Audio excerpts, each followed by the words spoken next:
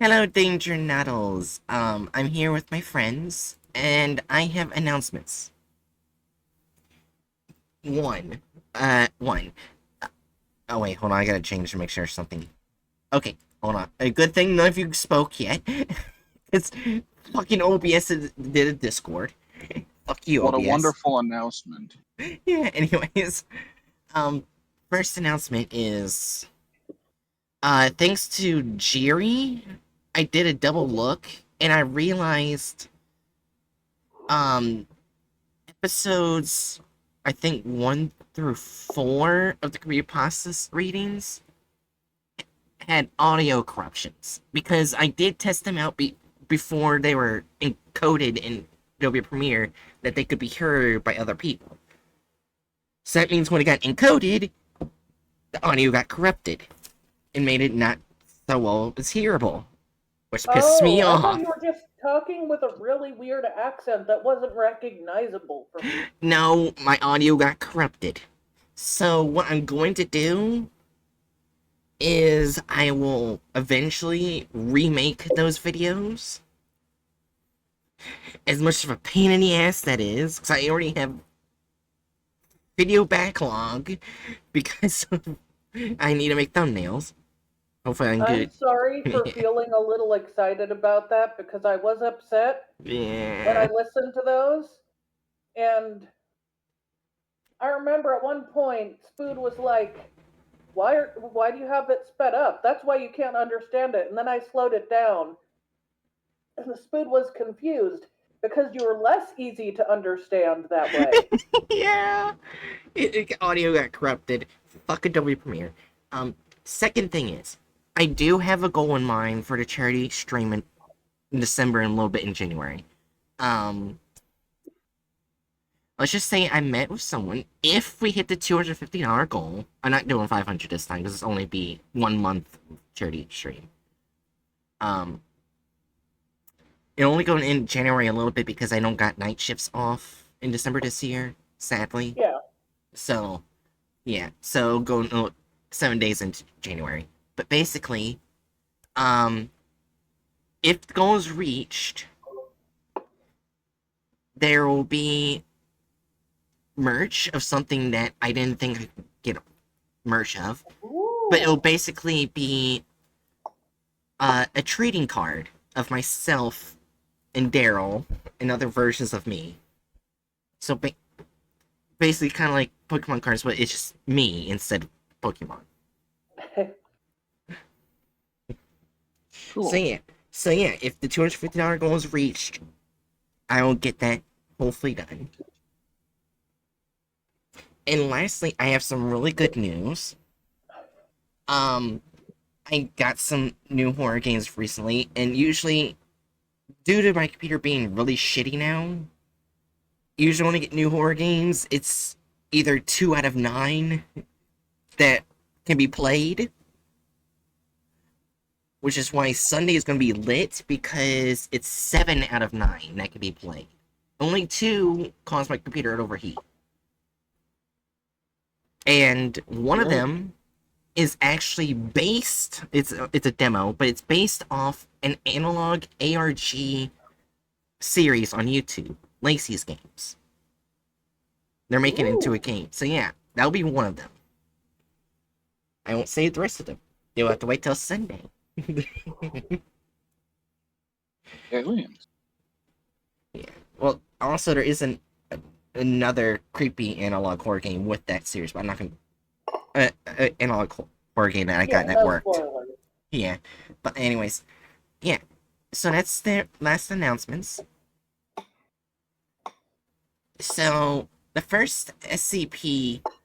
Before I read the article, I went to cut the videos, and I hate the comment of the first video we're gonna look at. The first SCP is Go Home Humans. Let's see if it gets... Oh yeah, right here. The SCP pulled out the "I'm not racist, but my friends are black" card.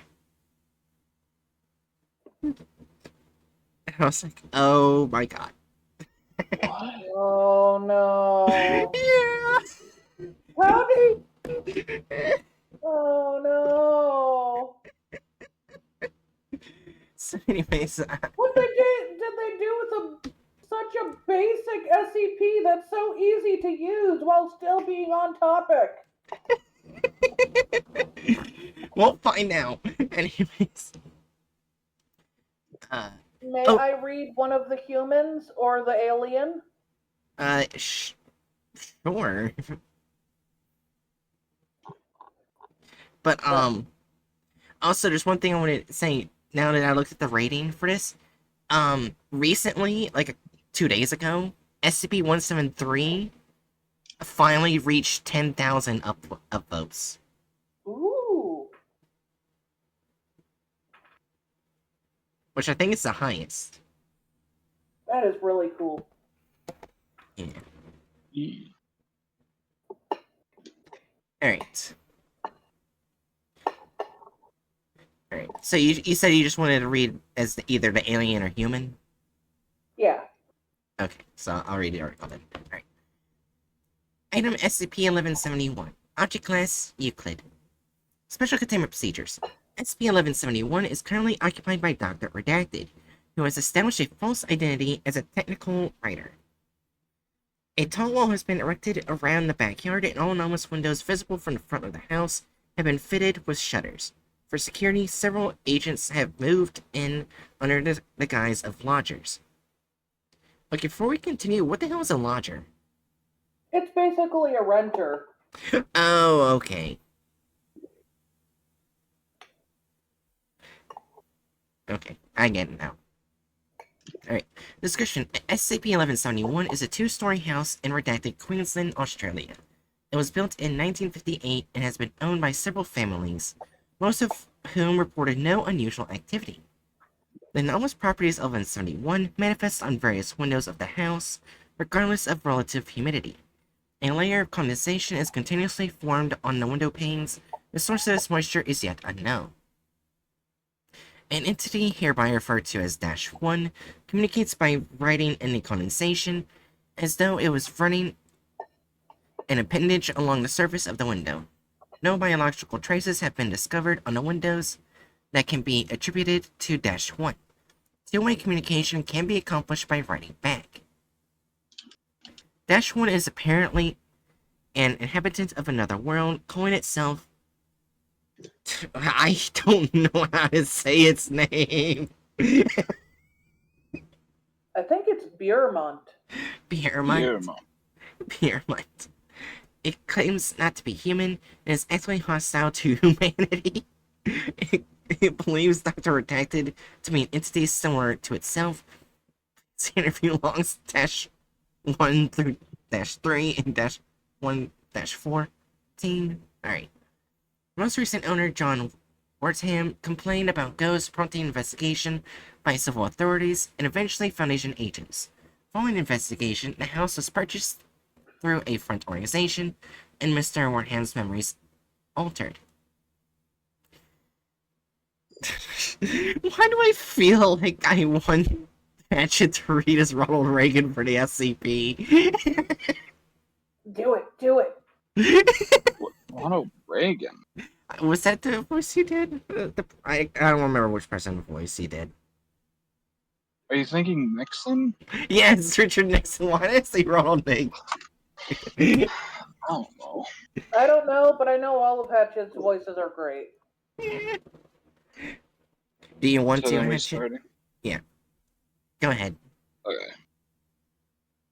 Carbon-based monkeys go home. Hello. There is a pause. Is someone there? My name is Dr. Redacted. Nice to meet you. I'm Paramount. Where are you?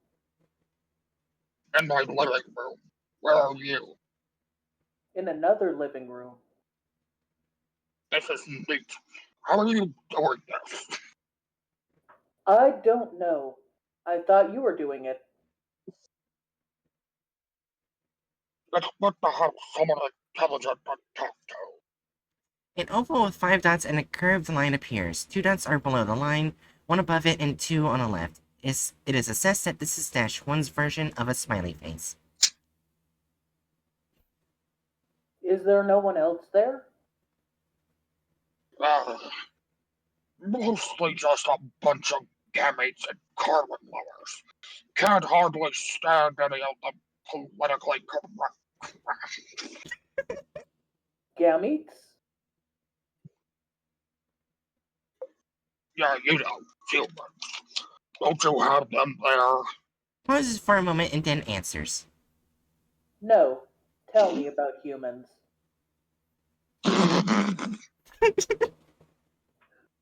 Oh, they're the worst. I mean, don't get me wrong, I'm not racist or anything. Some of my best friends are human. But if they're as good as us, why do they need skin? Am I-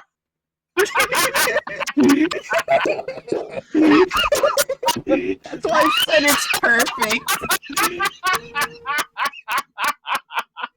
That's why I said that voice is perfect. Oh, my head! My head! My head! I suppose so.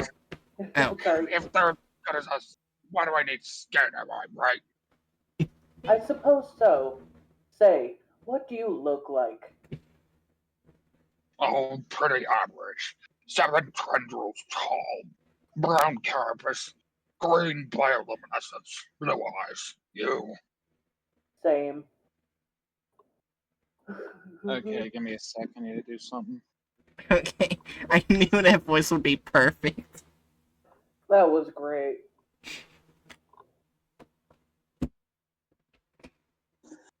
I am back. Welcome back.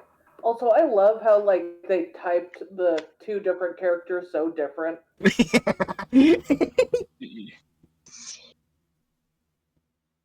Okay. Doc, you there? I am now. How are you, Vermont? I've been better. What? What did you say? Oh, I was trying to say the name properly. Ow. Oh, I've been better. Lost a promotion to a goddamn to a goddamn primate. I'm sorry to hear that. It's okay. It just hurts. I know I'm better than a air sucking sack of. I know I'm than any air sucking sack of protoplasm. I work hard, you know. I know. They come in, they take our jobs. I tell you, Doc, one of these days they're gonna push us too hard. Not that I'm saying we should get violent, but that's the natural result if things keep going this way. I hope it doesn't come to that. Oh, sure, no one does. I mean, they can't help being what they are, but they keep coming in.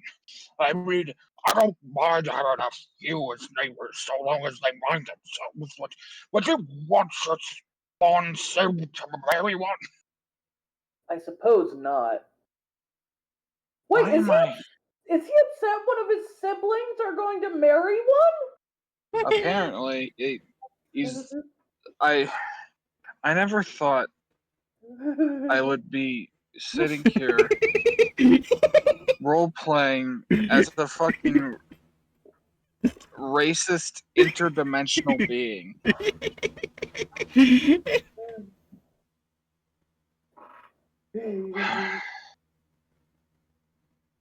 Doc, you there? He's out. I'm watching his house for him. Who are you? My name's John Doe. I am a human. Oh, I didn't know Doc knew any humans. Is that a problem? No. It's about time Doc got some human friends. Great to see that he's meeting people. Glad to hear that. Variety is the spice of life. That's my motto. How are you? Is your skin nice and flexible? Insides full of fluids? Everything is satisfactory, thank you. I've got to go. You take care, John Doe. So I guess that's like the I guess that's like the interdimensional racist monster version of like walking up to someone on the street who's just like got a bit of like a tan complexion and ask where they're from. Yeah. It's just barely a microaggression at this point, a macroaggression.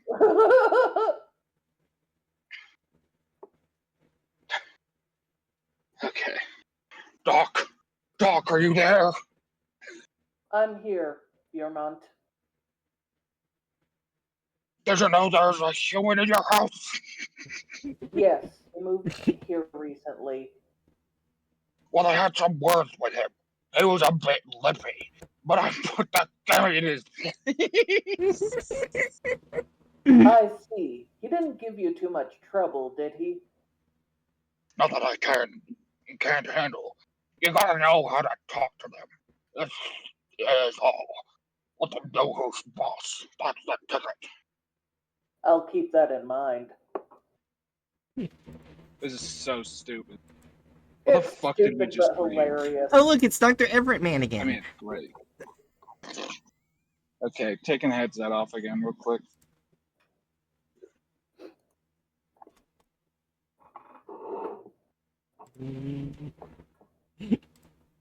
That was fun. Doing that fucking voice hurts my head. You good? Yeah, I'm alright. Basically, to do it right, like when I do like that kind of Yeah. sound, I have to shake my head really fast. Oh, And just Oh. while God. doing the voice in general, like it's hard to describe. It feels as if like I'm gradually building up air pressure in my face. Oh, That's how I Do that voice again. No, it's fine. That's how I channeled Richard Nixon.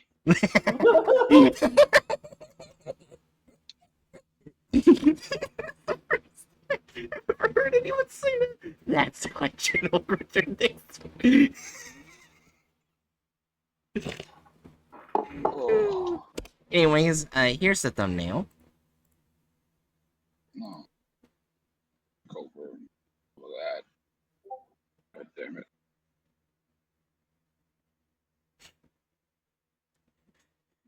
The one thing I'm wondering, why is it written in blood? This is just. This is so stupid. It's stupid. Like, okay, Let's see, like they what color clearly. was his hairpiece? Brown carapace. Yeah, brown carapace, and that is purplish brownish. And he's supposed to have green eyes, right? No, it was Green blue eyes. Oh, bioluminescent. you're right, blue. Okay. Green bioluminescence. Yeah. I don't know He's not why they give bioluminescent. him like a lizard nose when he has a carapace, but Mm. Like this is like I guess kudos for them trying to make a thing that kind of resembles what's described in the article, but simultaneously just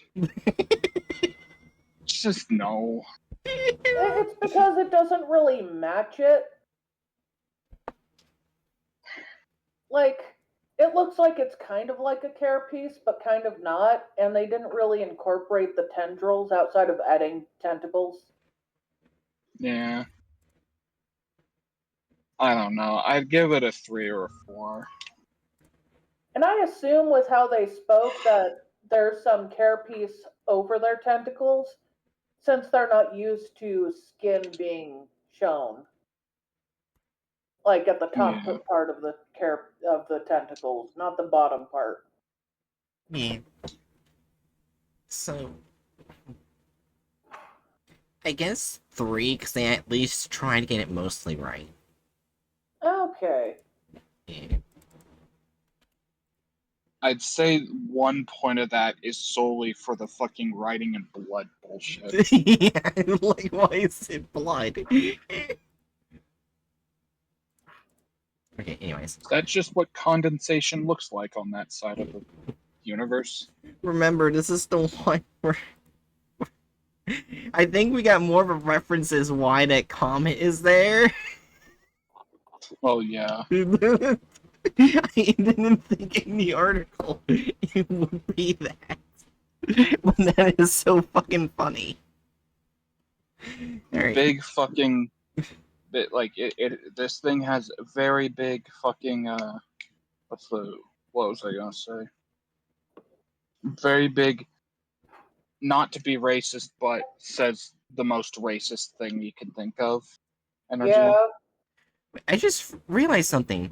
This channel had 300,000 subscribers. It has 230,000 now. People are Yeah. actively unsubscribing. It makes sense. It's now an AI channel. I was gonna say probably the AI. Yeah.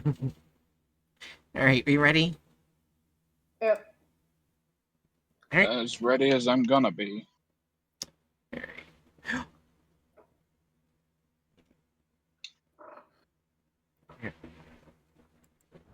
Maggie Barnes peeked out from Wait, behind her did you curtain check window. the license? Oh, right. Nearly forgot. It does not have the author, but it does have the correct SCP. That's still 1 point. Yeah. Yeah. Let's see if they cut out any characters. In 3, 2, 1. Maggie Barnes peeked out from behind her curtain window. She watched as the two men carried the furniture out of the moving van and into the house next door. You might think that she was hoping that her new neighbors would be nice people, but all Maggie cared about was how long they would stay. In the last 2 years, Maggie had seen at least 20 families move into that house. Some stayed for a few weeks, while others only stayed days. She couldn't understand why they weren't happy there. The house was cozy and the surrounding area was beautiful. A car pulled up behind the moving van. A couple and their 2 children got out and stood Is on that Ash Ketchum? Oh no. We finally get to see Ash Ketchum's dad. But his mom dyed her hair. Actually, in this show, he was actually going to meet his dad, but a bunch of shit happened and he never got to meet him. His dad also seemingly has a tentacle arm. Oh god, yeah. Anyways, 3, 2, 1. pavement looking up at their new house. They look like a nice family, thought Maggie. She watched as they went inside. Later that afternoon, Maggie decided she would bake some cookies and take them around to her new neighbors. She walked up the path and knocked on the front door. A man opened the door. "Hi there, I'm Maggie. I live next door. I brought you a little welcome." Oh no. His face. It looks like they fucking tried to base him off of fucking what's his name?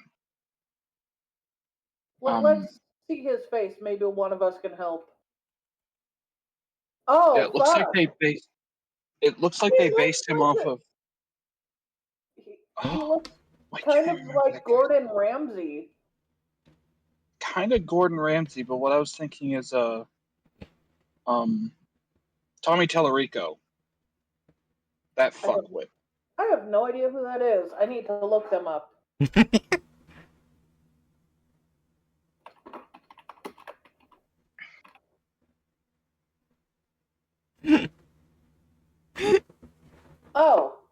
Oh, he looks annoying. I don't know who he is, but he looks annoying. That too. He's definitely that. Don't worry. You're right on the money there. Did He's you the know kind of who guy. he is, Aaron? You laughing with your laughy voice of laughter? I don't even know how to spell the fucker's name, so I'm not even bothering to look him up. That's how he looks. Let me see. Wait, what the fuck is with this picture of him? Why does this photo look sinister? Well, I guess it's fitting. What kind of person is he? As his article or as the header to his website would say, he's a veritable video game icon, and he's worked on the most video games of anyone in the world, except he hasn't. He's Oh, basically he's just the dick that made a bunch of shit up about himself. Okay. So he looks like and that, a mix between the dick and Gordon Ramsay, who acts like an asshole but is not an asshole. He's a good person. Does that mean between those two, it's just. I'm not sure I want to meet someone combined with those two. I don't think there's enough good in Gordon Ramsay to outdo Tommy Tallarico. So they might just be an asshole that's even more grouchy. Ugh. I'm not trying to, say Gordon's not a good person. He is. It's just Tommy's so much of a dick could outdo the good. Ugh. yeah. Anyways, you ready to continue? Anywho, Let's just hope he just looks like that combination and doesn't act like it. Yeah. 3, 2. I'm just gonna assume he's Tommy Tallarico. Tommy Tallarico moved in, and he actually got a family all of a sudden. And he did his hair and he got a few more wrinkles. Yeah. And his nose got a little bigger, like Gordon Ramsay's. His mother's very proud. Yeah. Okay. I mean, he doesn't a allow. nice guy's nose is good, but Yeah. okay, let's just go with. He just doesn't it. allow Okay. Mr. Mime in the house. Oh no! Let's Worried he's worried Mr. Mime's gonna steal his wife again. People actually believe Mr. Mime is Ash's dad. You know what? That's a. There, I've heard of that too. That's certainly a fan theory. It's been a fan theory for so long. I'm not sure Bright was even old enough to know about Pokemon yet. Probably not. Anyways, 3, 2, 1. A man opened the door. Hi there, I'm Maggie. I live next door. I brought you a little welcome gift. The man took the cookies from Maggie. That's so kind of you. Thank you. Would you like to come in? Oh no, I can see you're busy. I'll stop by for a chat once you get settled in. Maggie said goodbye and went home. She smiled to herself. Well, he seems really nice. Hopefully they will like living there. It was around 2 a.m. when something woke Maggie up, and she sat bolt up in bed. What was that? She thought. I'm sure I heard a scream. I must have been dreaming. Just as she was about to lay back down, she heard it again. It hadn't been a dream. Someone definitely screamed, and it came from next door. Maggie hoped that everything was okay there. She got up and went downstairs to make a cup of tea, but as she walked past her window, Maggie could see a family running out of her neighbor's house. She opened her door and called out to them. Are you okay? I heard a scream. We can't stay here any longer. The house is haunted, shouted the man. Maggie could see the terror on their faces as they got into their car and drove away. And leave the door When she wide got open. up the following morning, she couldn't stop thinking about what had happened the night before. He left all 7 of his Guinness World Records there.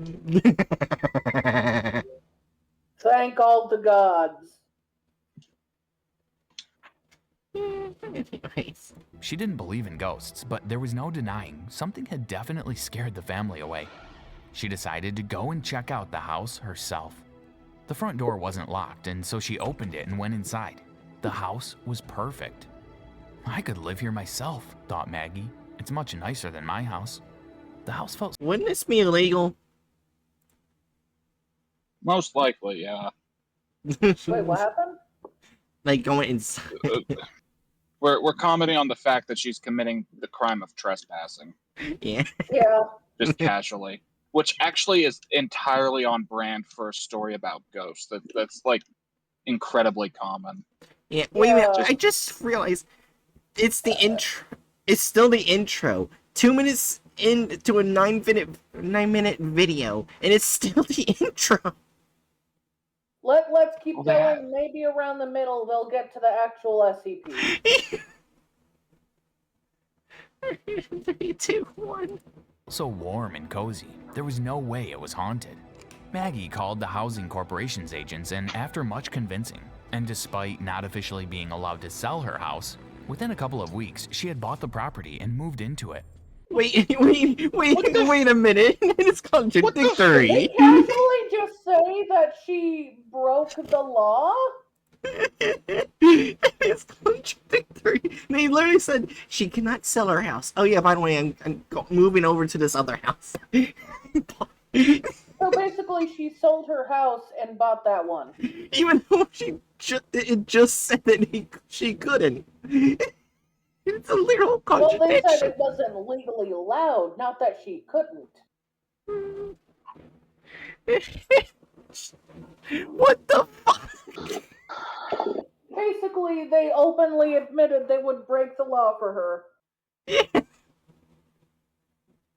Anything to get her into the house that keeps being vacated rapidly because fucking Tommy Tellerico couldn't handle a couple ghosts. Well, I guess if Tommy can't handle it, no normal person could. Oh yeah, I grew up in a haunted house and I never ran out screaming. Yeah. 3, 2. Tommy couldn't handle it after being handpicked by Shigeru Miyamoto to do sound effects on fucking Metroid Prime. Fucking. I'm just doing a whole bunch of references to stupid lies he's told. Anyway. Then 3, 2, 1. Everything was fine. Maggie laughed to herself when she remembered what the family had told her. It was obvious they had imagined it. Maggie was exhausted. She decided she would have an early night. She tried to read her book, but she couldn't keep her eyes open. She settled down and went to sleep. What was that? Maggie sat up in bed. The hairs on her arms stood up on end, and her spine tingled. She What had is heard her a noise. neck doing? Something was in the room. She's a bobblehead. She's become a bobblehead. Oh my gosh, She is become Bubble. it's making me think of that one movie I watched, which is a movie about bobbleheads coming to life. That's a thing. Oh, It's well, a you don't need thing. to know about that crap movie. We're already watching Magic. Now press play. 3, 2, 1. Next to hers. She didn't know whether to pretend to be asleep or to go investigate. Then she heard it again. She looked around for a weapon.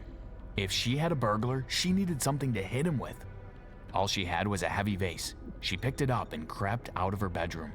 She opened the door to the room next door. Crash! She dropped the vase and it smashed on the floor. She tried to scream, but no sound came out. face? That's as It looks close like- to screaming as they know how to draw women doing. Women are It not looks- men. They're an entirely different race. It looks like I'm making looks fun like of a their botched- art. I know. It looks like a botched version of the original Pog face. And with her hands like that, it looks like she's about to grab something. Oh, she does look like a groper. Okay. POV, I'm about to grab your nip knot. Maybe that's what she's thinking about the ghost. She's gonna grope them. That's how she'll scare them away, by groping and making faces. I'm into it. I'm always down for a little spectrophilia. Why does that sound like some weird movie idea? I could see people making an entire series of that way. Ghost gropers. Anyways, 3, 2. Her face was frozen in terror as she read the words written into the condensation on her window. You're not alone. I'm coming to get you. Welcome. What? Wait, hold on. That's That is not how that SCP goes. Well, that SCP also can't make random noises that I recall. Yes. yeah. This is Okay, so intro's over. It's 3 minutes 38 Yeah, seconds I've into the video. reread the SCP since it's not exactly long, and they don't mention anything about sounds or just that the windows always have condensation no matter the weather, and they can always ride on it. That is just like, look, we get it. You're desperate to pad out your video, and you want to make your stupid little fan cap version of events relating to the SCP, but you could at least make it accurate to the SCP. Well, it'd actually be kind of interesting intros. They show the other world. Oh yeah. Actually, yeah, that could be interesting. Yeah. I would totally be into that. You hear about Beermont and him getting upset that one of his siblings are getting married to a human or dating one or something. Yeah. You see him trying to make awkward conversation to the boyfriend or girlfriend or spouse to their sibling, like, "Hey, skin wearer," like making awkward, super racist comments, trying to be nice. Yeah. Is your skin moist enough today? And they say like yes out of politeness or something. Like, oh man, you're a super racist older brother. It's like, I know, I'm sorry, just be nice. Oh my gosh. That would be way better than whatever the fuck this was. It would be. I would totally watch that, honestly. I want to see that. Oh, Hatch, I forgot to send it to you, but I actually checked the animated series, SCP animated series that I talked about way back, to see whether or not they're content farms. They're not, and one of them is really funny. It's kind of like The Office, but SCP Foundation. I see. Except it's not bad joke Office. Office bad jokes. God damn it. Office. What are you? I'm trying to say not saying better jokes than The Office. There we go. I had a brain fart. I couldn't structure sentences. Anyways. 3, 2, 1. Back to SCP Exposed. Today we bring you the Euclid class subject SCP-1171. But first, don't forget to subscribe to our Go channel fuck so yourself. you won't miss out on any more SCP stories. Wait, why did they make the subscribe button blue? It's red. I don't fucking know. They're Walmart branded YouTube channel. I have no idea. Also, why the fuck is this? Also, why the fuck is this SCP Euclid? This is like absurdly easy to contain. Is it Euclid? Oh yeah, it is Euclid. Like it's literally just like keep I like think it's one because guy. technically, because it's a house, you can't exactly move the house. You can't exactly put it in like containment. You, it's harmless, but it's also not exactly easy to contain. What if a bunch of kids randomly like go past the fence they built and start writing shit on the windows? You have one guy with a trank gun. That's all it takes. Also, That's fair. I think one of the reasons why it's Euclid is if the entity somehow finds out that the doctor is a human. Oh not- yeah, he might come to Earth. Oh, I'm not saying you Well, come to Earth. I'm saying. we have no indication that he can come to Earth. What I'm saying is, though he might not speak again if he finds out he's a human. Oh, That's what I'm trying to get at. Which means they just lost the anomaly. I just realized he probably thinks the doctor is some well-off person of his species that has a bunch of humans as their lodger. Oh god, yeah. Anyways, 3, 2, 1. SCP-1171 is currently occupied by Dr. Matthews, who has established a false identity as a technical writer. Wait, was it That Dr. is Matthews? the worst drawing of someone's beard/mustache that I've ever seen. Are they saying Oh, his Dr. beard Redacted. coats his lips? They again gave a random name. I don't mind the name. I just mind that beard mustache. It covers his lips. He would get hair in everything he eats. I mean, to be fair, there are beards like that. Wait, and when they were trying to redact his name a bit, part of his shirt is down here. Shoulders. Oh, whatever. Yeah, it's 3, 2, 1. Established a false identity as a technical writer. A tall wall has been erected between the backyard, and all anomalous What do windows they visible do? from the front of the house have been fitted with shutters. For security, several agents have moved in under the guise of lodgers. SCP-1171 is a 2-story house in Queensland, Australia.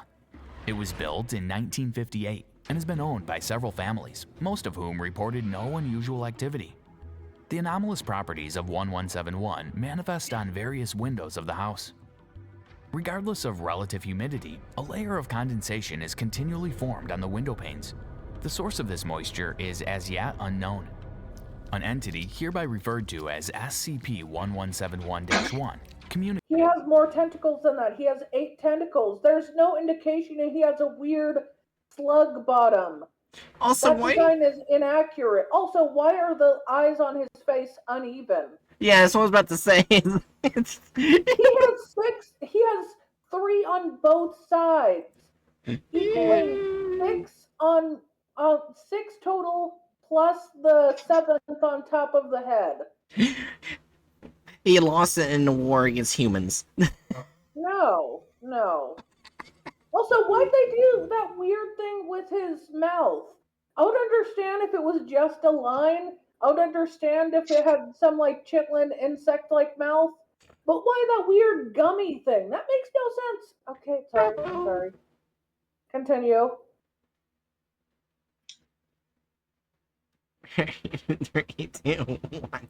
Communicates by writing in the condensation, as though it were running an appendage along the surface of the window.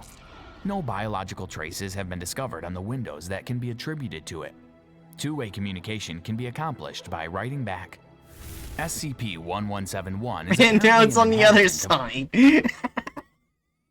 Oh yeah, they're obviously just like transform, flip, not flip, whatever. You know what I mean. Yeah, Mirror it. that's hilarious. of another world, calling itself Voremont. It claims not to be human and is actively hostile to humanity. It believes Dr. Matthews to be an entity similar to itself. The most recent homeowner, John Wortham, complained about ghosts, prompting investigation by civil authorities and eventually Foundation agents. Following the investigation, the house was purchased through a front organization, and Mr. Wortham's memories were altered. The following is a transcript of an interview between Dr. Matthews and SCP-1171-1. Carbon-based monkeys, go home. Hello? There was a short pause before 1171-1 replied. Is someone there? My name is Dr. Matthews. Nice to meet you. I'm Beauremont. Where are you? In my living room. Where are you? In another living room. This is neat. How are you doing this? I don't know. I thought you were doing it. It's good to have someone intelligent to talk to. An oval with 5 dots and a curved line appeared on the window. 2 dots were below the line, 1 above it, and 2 on the left. It is assessed that this is SCP-1171-1's version of a smiley face. Is there no one else there? I guess that their like placement of its eyes Yeah, were based on that. gotcha, yeah. Also, hi Sanju. But what is Romanus Domus? What? I'm just reading Twitch chat. I most likely butchered the fuck out of that.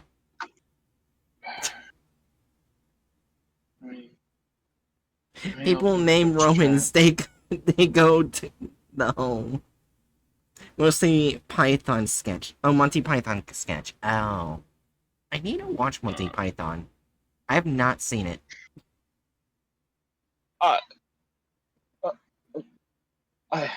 This isn't her first time saying this. Yeah. What? I'm more like dumbfounded by the fact that you referred to Monty Python as if it's a singular movie or something. It was a comedy group. They made several films and had Ow. several things. This would be like saying, "Oh, I had what's my first what am I trying to think? Oh, I haven't seen Sonic. I need to watch it." That's the best way I can describe it. This is just I haven't seen anything Monty Python. I know jack shit about it, and even then I know this. Come on, Bright. I didn't even know it's a comedy group. What did you think it was? I thought it was one person.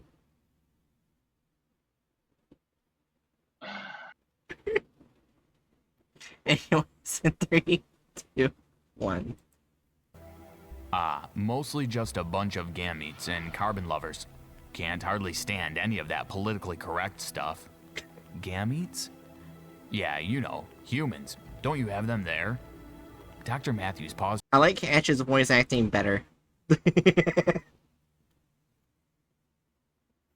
Yeah, he didn't seem like the type who would have a rational conversation.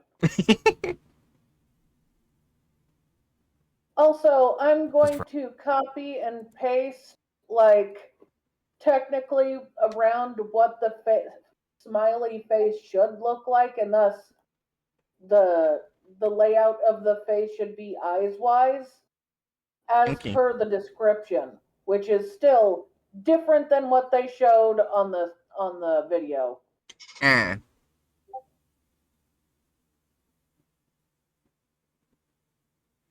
Gotcha. Yeah. 5 eyes total. Let's be fair, they probably did it a little more smiley than me, but Anyways, let's continue. We got so far into it already. For a moment and then answered, "No, tell me about humans." "Oh, they're the worst. I mean, don't get me wrong, I'm not racist or anything. Some of my best friends are human, but if they're as good as us, why do they need skin, am I right?" "I suppose so. Say, what do you look like?" "Oh, pretty average. 7 tendrils, tall, brown carapace, green bioluminescence, blue eyes. You?" "Same." Dr. Matthews conducted several interviews with SCP-1171-1. In one of these, the entity complained about being upstaged by a human. "Doc, you there?" "I am now. How are you, Beaumont?" "I've been better. Lost a promotion to a goddamned primate." "I'm sorry to hear that." "It's okay. It just hurts. I know I'm better than any air-sucking sack of protoplasm. I work hard, you know?" "I know." "They come in, they take our jobs. I tell you, Doc, one of these days, they're going to push us too far. Not that I'm saying we should get violent, but that's the natural result if things keep going this way. I hope it." You know what I just realized? I think this SCP would be a Trump supporter. No shit.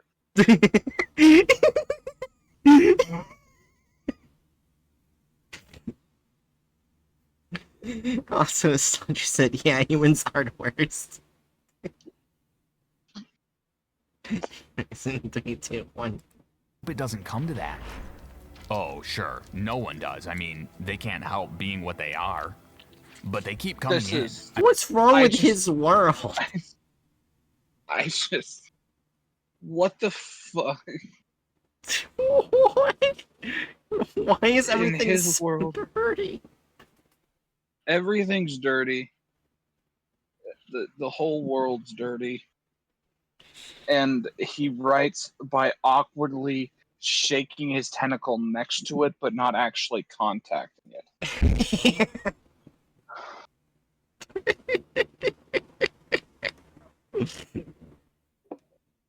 Oh my god. I said 3, 2, 1. I mean, I don't mind having a few as neighbors, so long as they mind themselves, but would you want your spawn sibs to marry one? I suppose not. A later interview was also held by a Foundation agent. Doc, you there? He's out. I'm watching his house for him. Who are you? My name's John Doe. I am a human. Oh, I didn't know Doc knew any humans. Is that a problem? No. It's about time Doc got some human friends. Great to see that he's meeting new people. Glad to hear that. Variety is the spice of life. That's my motto. How are you? Is your skin nice and flexible? Inside's full of fluids? Everything is satisfactory, thank you. I've got to go. You take care, John Doe. Soon after, Dr. Matthews returned to the scene. He and SCP-1171-1 had this exchange.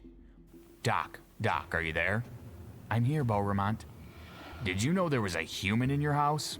Yes, he moved here recently. Well, I had some words with him. He was a bit lippy, but I put that gammy in his place. I see. He didn't give you too much trouble, did he? Nothing I can't handle. You gotta know how to talk to them is all. Let them know who's boss, that's the ticket. I'll keep that in mind. The Foundation has also discovered that SCP-1171 was able to set up a Twitter account. The account... Wait, hold on. Where are you getting this information? Where is this from, Where dude? are you getting this information? Hold on, I'm looking. I need to see it. Does this exist? Does it exist? I need to know now.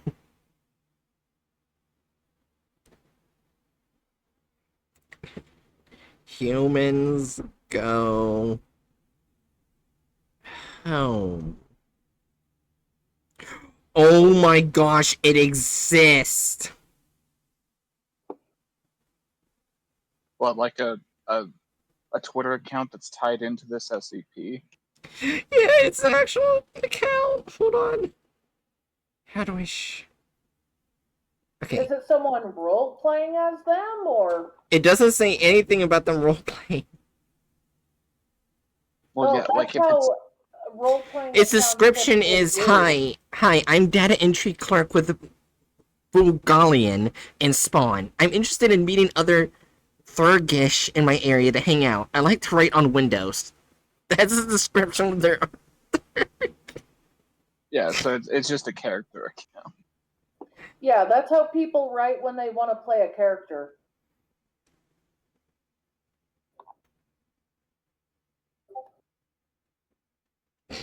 So Yeah. So this content farm saw that someone made a character account for this guy and decided to add that to the video. Their most recent tweet from only 2021 is humans are always going on about needing oxygen.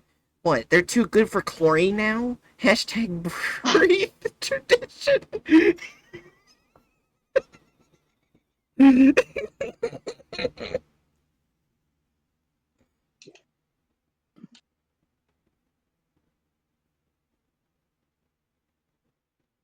Well, that definitely sounds like an amusing account, but it is still not like official SCP stuff. But that is great. I am not gonna say this one. It can be so bad.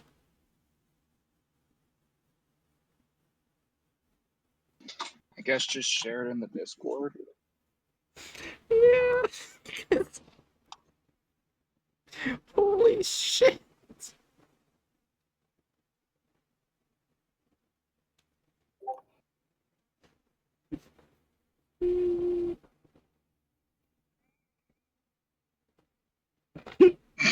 You can see why I'm not saying it. I mean, I don't see much of an issue with it, but Oh. I wasn't sure if I could say it. They're saying all humans look like monkeys. But yeah, I was surprised that that account actually exists. But anyways. Well, yeah, people, if there's a character out there on it, someone's probably going to make a character account. So they just added shit that does not have it. Does not exist to the article. That is correct. At Because Humans that Go account, Home while is it's hilarious, is not official. Yeah, I find that funny.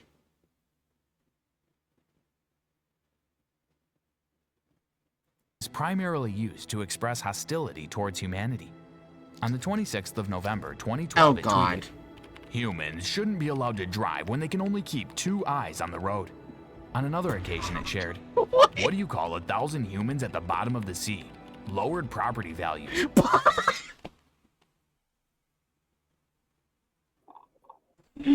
Okay, bud.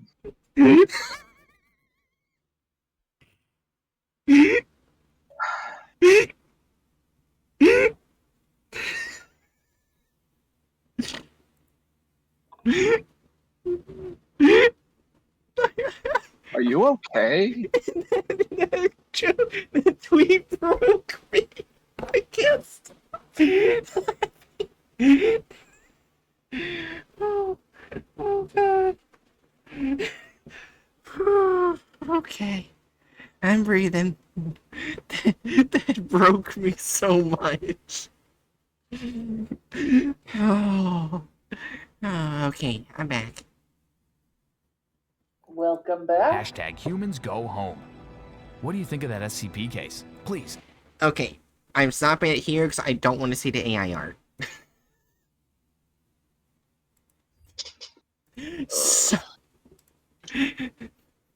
So it was following the SB to the letter until the very end where they just brought up Twitter for no reason. Well, they kind of followed it to the letter, except the intro. Yeah. Yeah. Also, removal of character / license. I think it was just the license that was messed up. Also, I will say they did alter the character's appearance. I feel like it was a perfectly reasonable, low effort, like He didn't attempting even to have make an all 8 accurate. tendrils. I mean, yeah, but low effort stuff. I don't know. Yeah. Yeah. I just don't. I guess I just don't give enough of a shit to nitpick about that. Yeah. So Fair enough. I guess just one for license. I would. Yeah, Hmm? I think that's fair. Alter / added gore or violence. 0. And Unless we count like blood writing in the thumbnail and like the implied violence in the starting bit.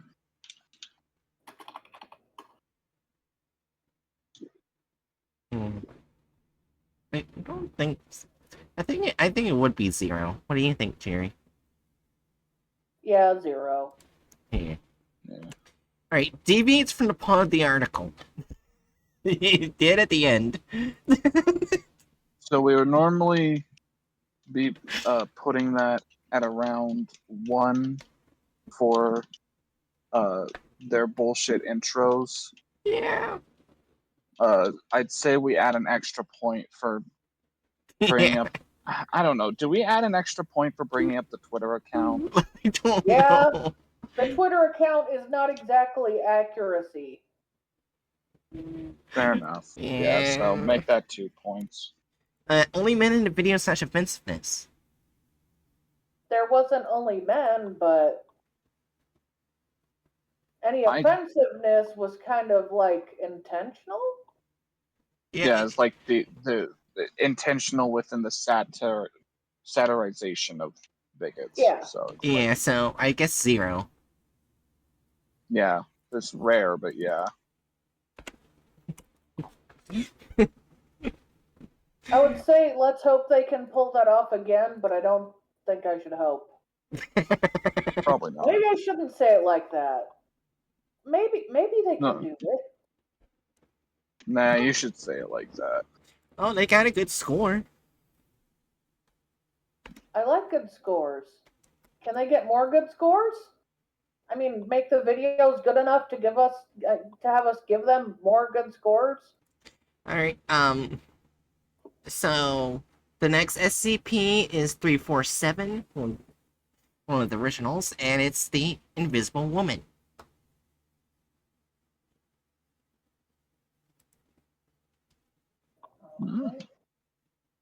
Here.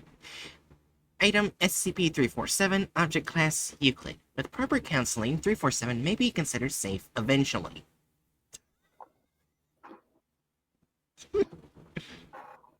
Special Containment Procedures. 347 is currently kept at Site 17 in a 5-meter by 5-meter room, monitored by infrared camera, with attached bathroom complete with shower and bathtub, furnished as per request, containing a queen-size bed, several Sumo brand furniture items, 2 armchairs, a desk and a swivel chair, several bookcases, and a TV with a DVD player. This is the most I've seen the Foundation give one person. Well, I if feel you like want... they. Oh, sorry. I feel like they're like similarly generous to Cthulhu. Oh yeah, true. They're generous to SCPs that generally don't cause a lot of disturbance. Like, in general, they try to treat people better if they're not jerks. Yeah. Yeah, it is. The bookcases are... Oh, hi, Aderna. Yo. You, you missed the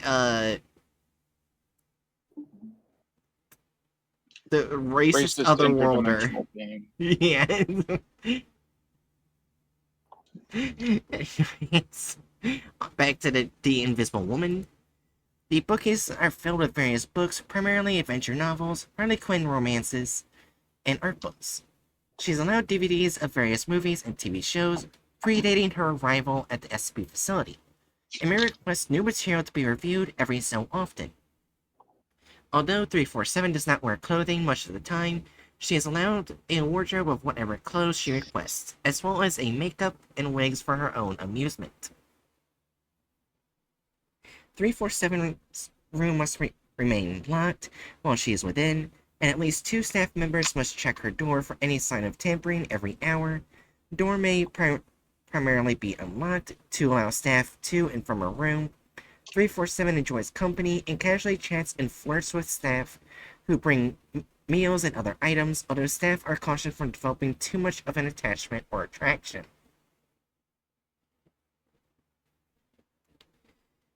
347 is allowed to leave the room, provided that she is accompanied by at least 1 staff member of at least level 2 security, must apply a layer of grease paint to her face and wear gloves to indicate hands and facial expression.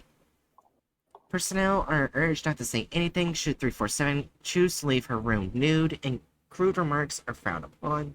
Should 347 attempt violent action or escape, she is to be restrained immediately and returned to her room with the door securely locked. Should 347 successfully disappear from under staff's nose, infrared heat vision goggles will be dispensed, and strange occurrences must be reported immediately as signs of her. For security reasons, 347 is not allowed contact with any other SCPs as of yet. 347 is an adult/young adult female, standing at 164 centimeters tall and 55 kilograms in weight. Despite being a seemingly average woman between the age of 19 and 25, 347 is completely invisible. This also includes everything inside her body at any given moment, although her waste products and saliva appear once they lose contact with her, but her blood, skin, and hair samples all remain invisible. Testing has confirmed that she has normal eyesight, despite the fact that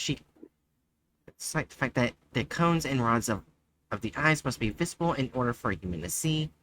347 describes herself as being an average female of mixed race, with brown eyes and wavy black hair, and refers to herself as Claudia. Although it is highly likely that this is a false name, taken from the actor Claude Rains, the lead of The Invisible Man, Her true identity has not been ascertained. Aside from her invisibility, 347 has no unusual traits other than immense skill in picking locks, theft, and has been observed swallowing small objects in order to turn them invisible, displaying the ability to regurgitate them at will without dispensing all the contents of her stomach as well. A trick she claims she came up with after watching a Stevie Star performance on a late-night show. 347 was recovered and redacted after local news and rumors about a poltergeist inhabiting an abandoned house drew attention of SCP staff in the area. After infrared cameras revealed that she still gave off a human heat signature, 347 was quickly captured and after much deliberation, willingly entered into SCP custody, asking for warm food and protection from the elements.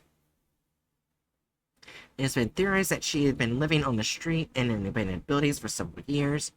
Although 347 had adamantly refused to discuss such things, 2 deaths and several apparent instances of ghost activity have also been attributed to her. When first recovered, 347 shows signs of mental instability and violent outbursts, as well as compulsive theft and bouts of refusing to speak for several days on end.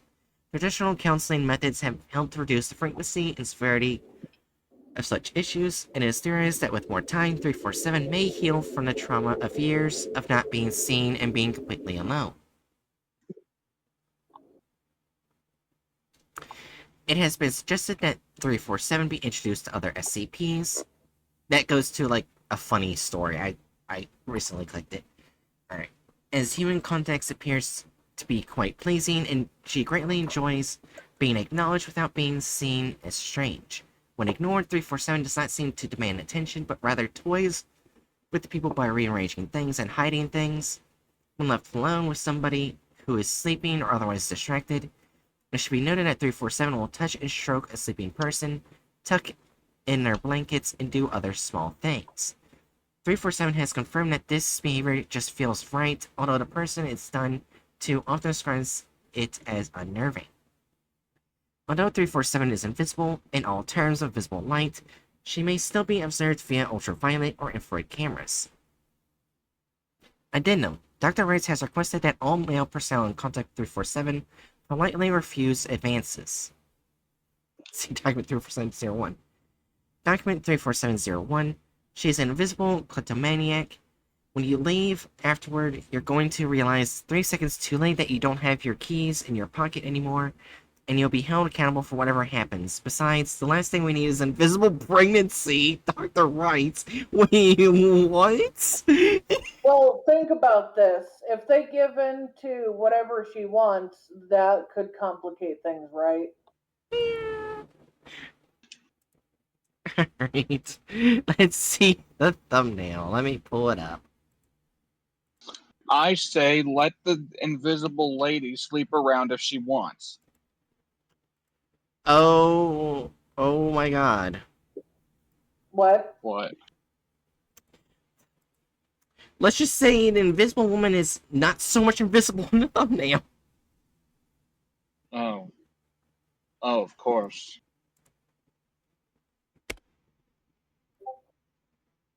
What the f- She's You don't know how she translucent. would look. She's invisible. As Also, didn't she describe herself as not white? yeah, she said mixed She race. described herself. Yeah, mixed race. 4. Or And I'm a preemptively add an extra fucking 1 point to the offensiveness category already. Also, again with the comments, I saw something right here, the top one. Dr. Wright, the last thing we need is an invisible pregnancy. Dr. Wright, is that a warning or a challenge? I don't know if they introduced Dr. Bright in here or not, but that comment is not. I will say the picture is at least semi-inaccurate because while we do not know her skin tone, We know she has brown eyes and black hair. That hair is not black, it is a weird green thing with purple highlights. Yeah. Anyways, we ready? I guess. 3, Yeah. 2, 1. Brian was homeless. He had been living in the Wait, what? streets for the last 10 years, begging for scraps of food and money wherever he could. He didn't stay in one place for very long. Someone always came along and moved him on. They didn't like having a tramp in their neighborhood. Today was no exception. The owner of the shop doorway he had been sleeping in had come with the police to tell him that he must leave. Brian picked up his few possessions and shoved them into his bag. As he walked along the streets, he looked around him for somewhere to spend the night.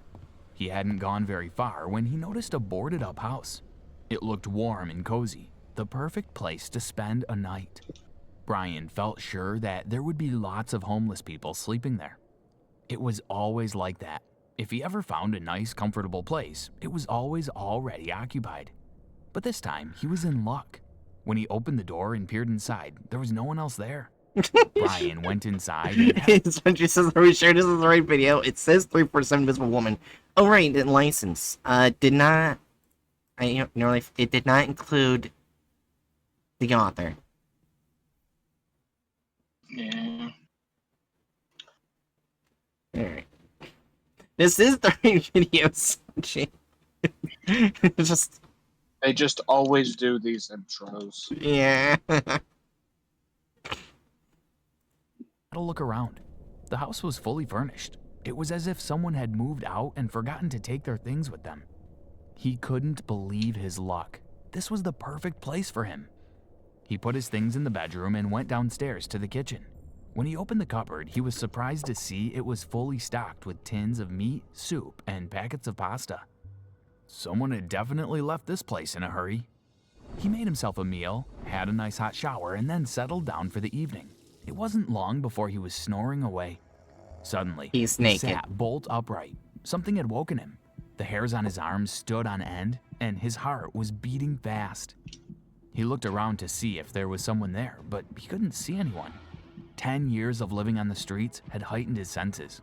He wasn't usually wrong, but it seemed that this time it was just his mind playing tricks on him. The following morning, Brian woke and made himself a cup of tea. He picked up an old newspaper that was lying on the table.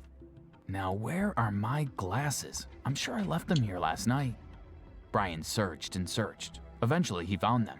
They were inside the fridge. That's weird. I must be going mad. I'm sure I never put them in the fridge. The next day, the same thing happened, but this time it was his bag. He had definitely put it on the floor beside the bed, but when he woke up, it was gone. He found it on the sofa downstairs.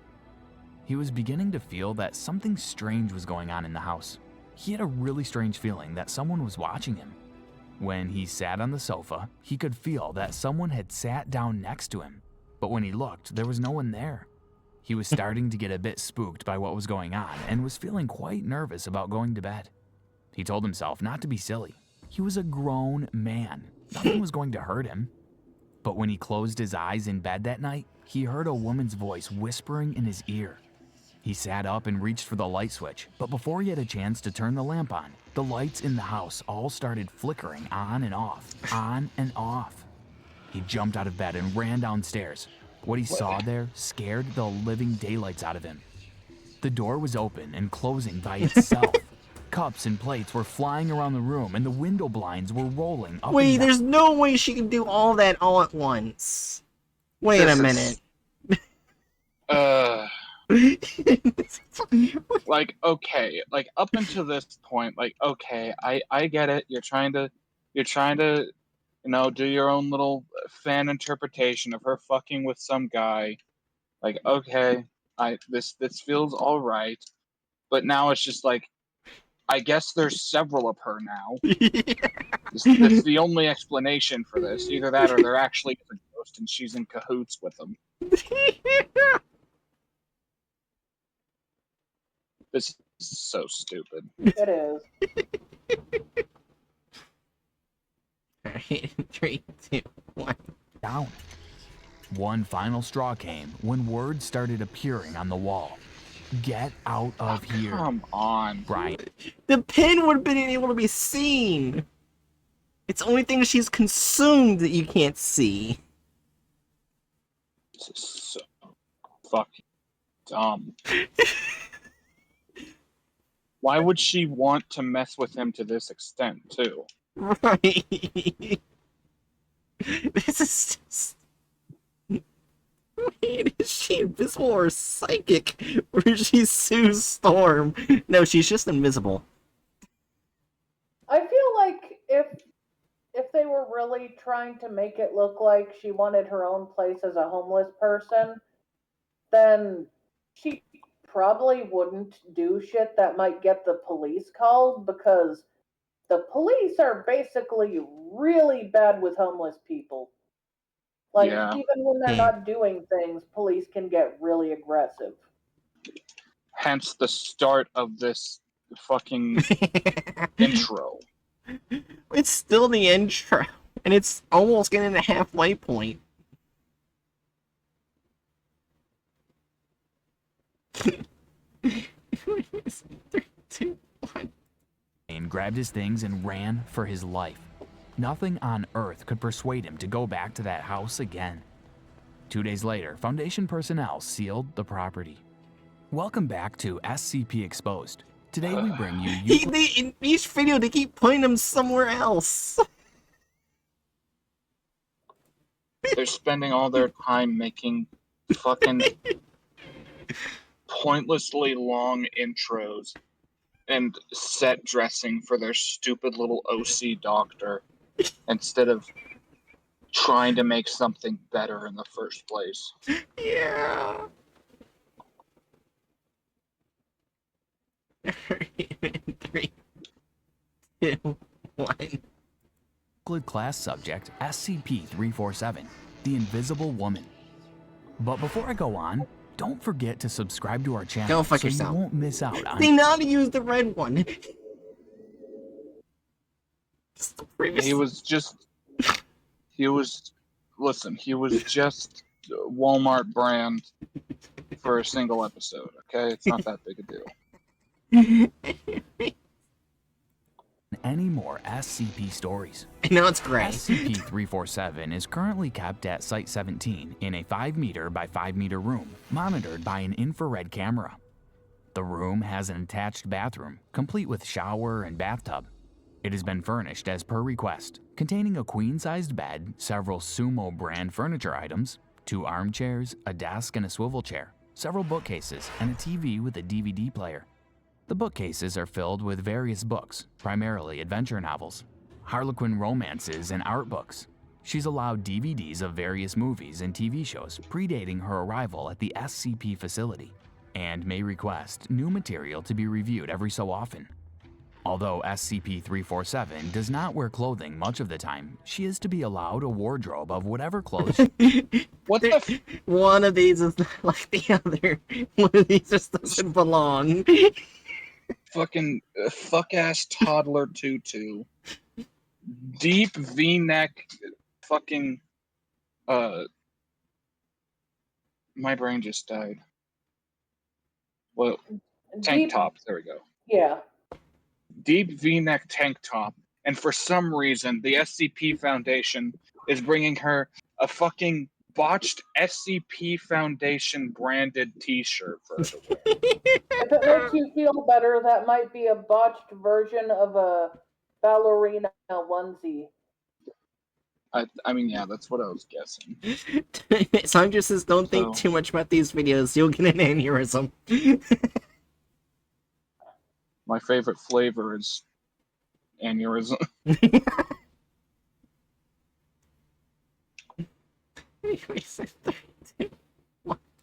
she requests, as well as makeup and wigs for her own amusement. SCP-347's room must remain locked while she is within, and at least 2 staff members must check her door for any sign of tampering every hour. The door What the may fuck is this? What the fuck is this brunette bozo doing? Hey, check if her door's locked. Oh, let me just poke it. What the fuck are you doing, man? Aren't you supposed to be like a fucking like an important guy, a researcher, a doctor of some kind? This is amazing. My gosh. Yeah, it's in 3, 2, 1. The door may primarily be unlocked to allow staff to and from her room. She enjoys company and casually chats and flirts with staff who bring meals and other items. Although staff Why are is she wearing cautioned a from ring? developing too I don't much know. of an attachment or Wait, what?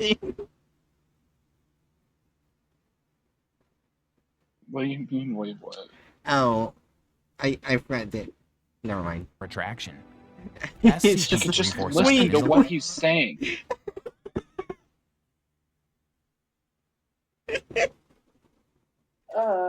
In the article, it just said gloves and the face paint thing.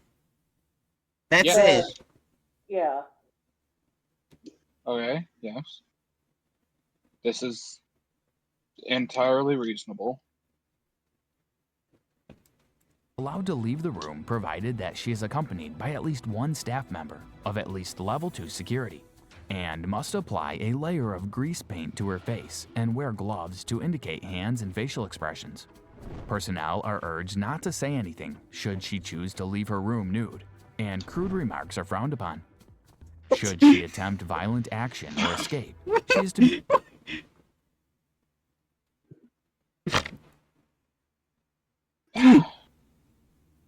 It's different Love seeing MTF the this time.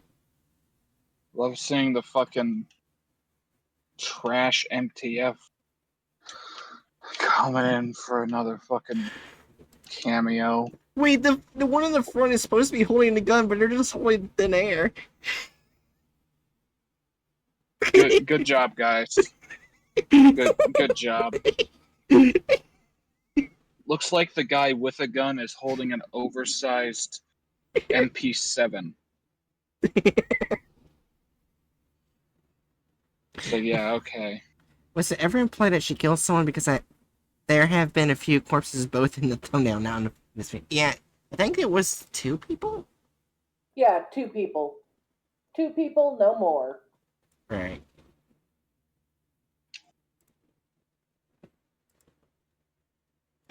Anyways. And we don't know the circumstances behind Right. their deaths. In 3, 2, 1. be restrained immediately and return to her room with the door securely locked. Should SCP-347 successfully disappear from under the staff's nose, infrared heat vision goggles will be dispensed, and strange occurrences must be reported immediately as signs of her. For security reasons, she's not allowed contact with any other SCPs as of yet. SCP-347 is an adult or young adult female, standing at 164 centimeters tall and weighing 55 kilograms. Despite being a seemingly average woman between the age of 19 and 25, she is completely invisible. She also includes everything inside her body at any given moment, although her waste products and saliva appear once they lose contact with her, but her blood, skin, and hair samples all remain invisible. Testing has confirmed that she has normal eyesight, despite the fact that the cones and rods of the eyes must be visible in order for a human to see. SCP-347 describes herself as being an average female of mixed race, with brown eyes and wavy black hair, and refers to herself as Claudia, although it is highly likely Wait, so that's not a wig, they just drew the hair. It's just so dumb. What did you send, Jerry? Well, I tried to draw Vermont emotes, but they kind of just look like a potato with blue eyes. I was using the description from the file for reference. Yeah. Although I did add the teeth. Maybe I should remove that. Alright, back to the SCP video at hand in 3, 2, 1. that this is a false name taken from the actor Claude Rains, the lead of The Invisible Man. Her true identity has not been ascertained. Aside from her invisibility, SCP-347 has no unusual traits, other than immense skill in picking locks, theft, and has been observed swallowing small objects in order to turn them invisible, displaying the ability to regurgitate them at will, without dispensing all the contents of her stomach as well. A trick she claims she came up with after watching a Stevie Star performance on a late-night show. SCP-347 was recovered after local news and rumors about a poltergeist inhabiting an abandoned house drew the attention of SCP staff in the area. After infrared cameras revealed that she still gave off a human heat signature, she was quickly captured and, after much deliberation, willingly entered into SCP custody. She asked for Wait, I warm just food and realized the way they walk. It doesn't look like they're walking normal. SCP custody. Their legs move at the same time. I don't like it. Why'd you have to point it out? Wait, what happened? Here, I'll go back so you can see. Watch this guy walk. Yeah, focus on his legs. Willingly entered into SCP custody. Oh, She asked for I'm gonna say I have one crooked leg. And the crooked leg is not as developed as the other leg, and the other leg is perfectly developed, but it's missing a knee. And I can walk better than that.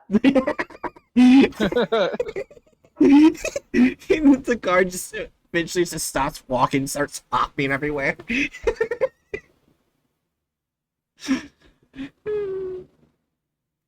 He's in 3, 2, 1. warm food and protection from the elements.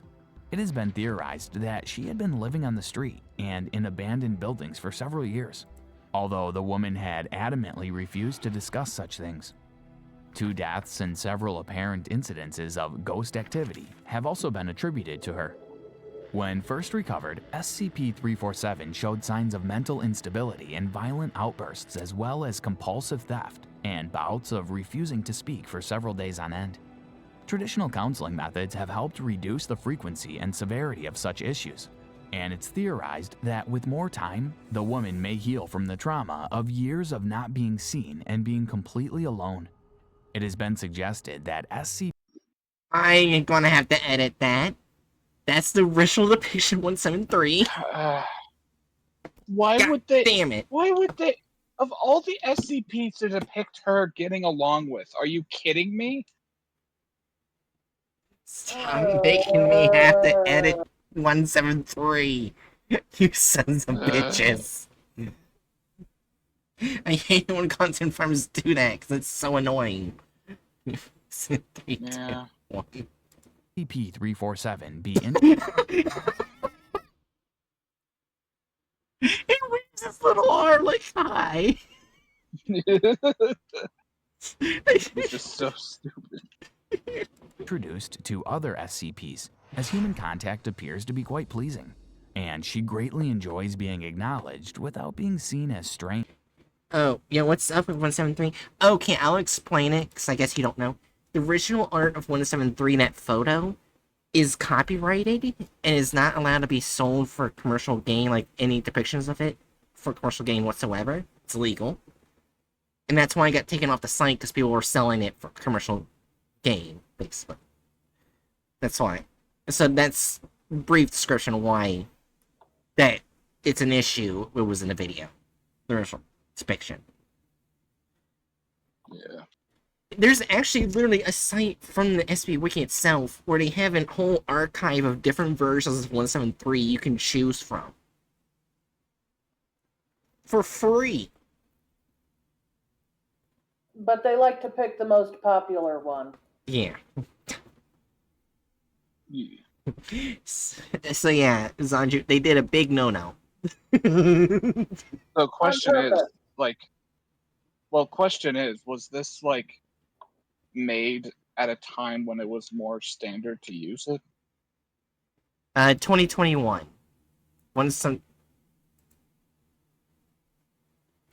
A lot of these content farms came around 2020 and 2021, so I don't know. Yeah. Yeah, like when did like the SCP Foundation's like site like make the strict ban on using I think it was not that this stuff. far after it was posted. I think it was way Yeah, far it's back. just content farms kept using it regardless. Hold on, I can double check real quick.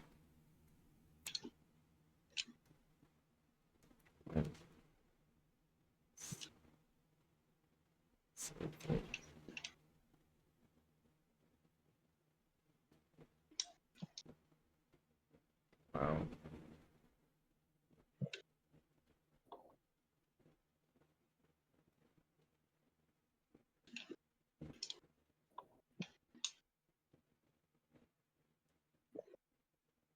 Oh!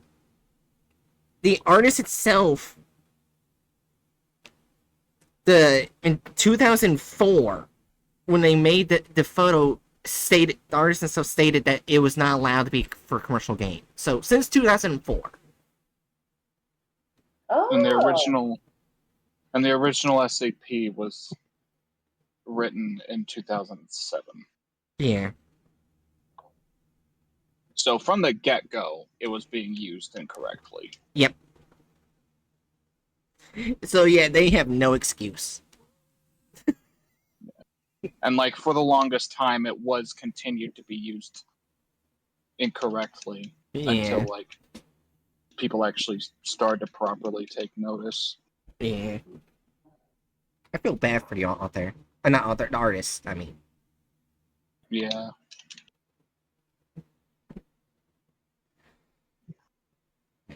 Anyways. In 3, 2, 1. When ignored, she does not seem to demand attention, but rather toys with people by rearranging things and hiding things. When left alone with somebody who is sleeping or otherwise distracted, it should be noted that the woman will touch and stroke a sleeping person, tuck in their blankets, and do other small things. She has confirmed that this behavior just feels right, although the person it's done to often describes it as unnerving. Although SCP-347 is invisible in all terms of visible light, she may still be observed via ultraviolet or infrared cameras. Dr. Wrights has requested that all male personnel in contact with SCP-347 politely refuse advances. Document 347-01. Specifically all male? Yeah, all men. This is all male personnel. Oh, well, okay. So yeah. I wasn't sure if that touch of fucking cis heteronormativity was added by the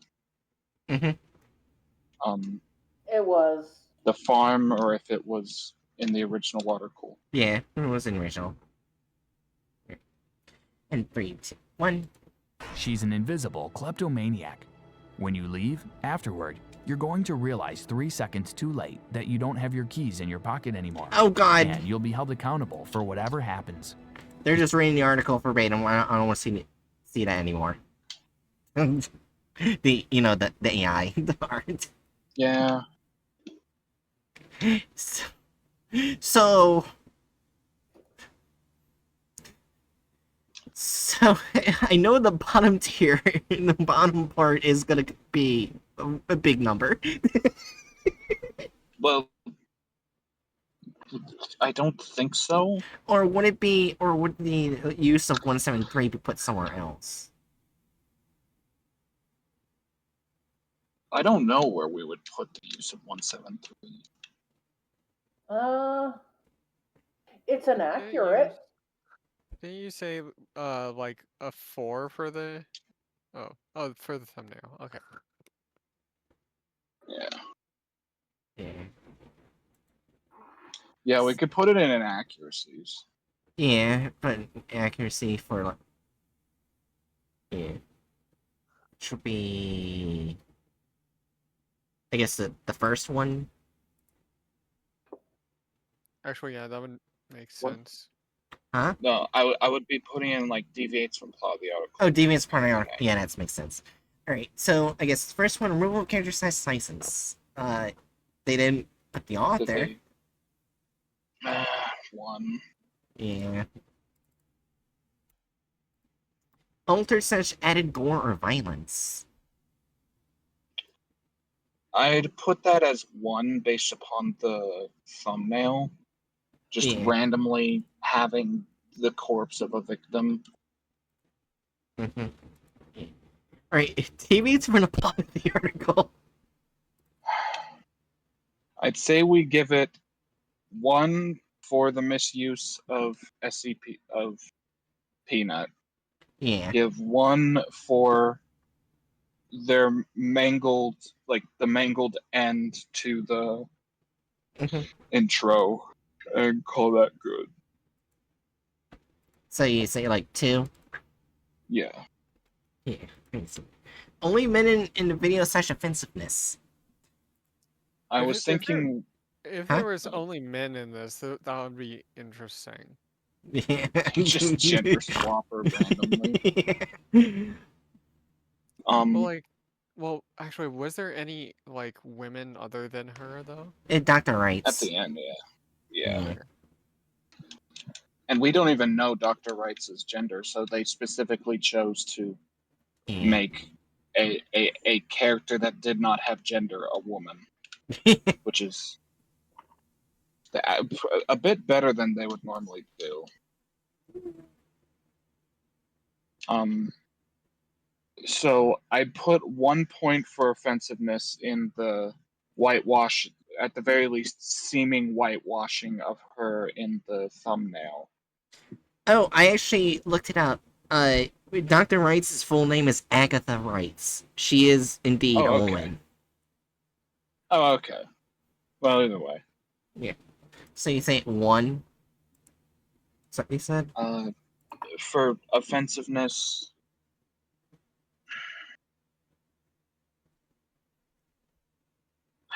yeah, I feel like it's a 1, and then that's it. Yeah. For offensiveness. Yeah, I was so happy when I saw getting all the thumbnails for his content farms. I was like, oh look, 1.7. They didn't do 1.7.3 like the other content farms. All of a sudden, I see 1.7.3 in this video. And I'll go, God fucking damn it.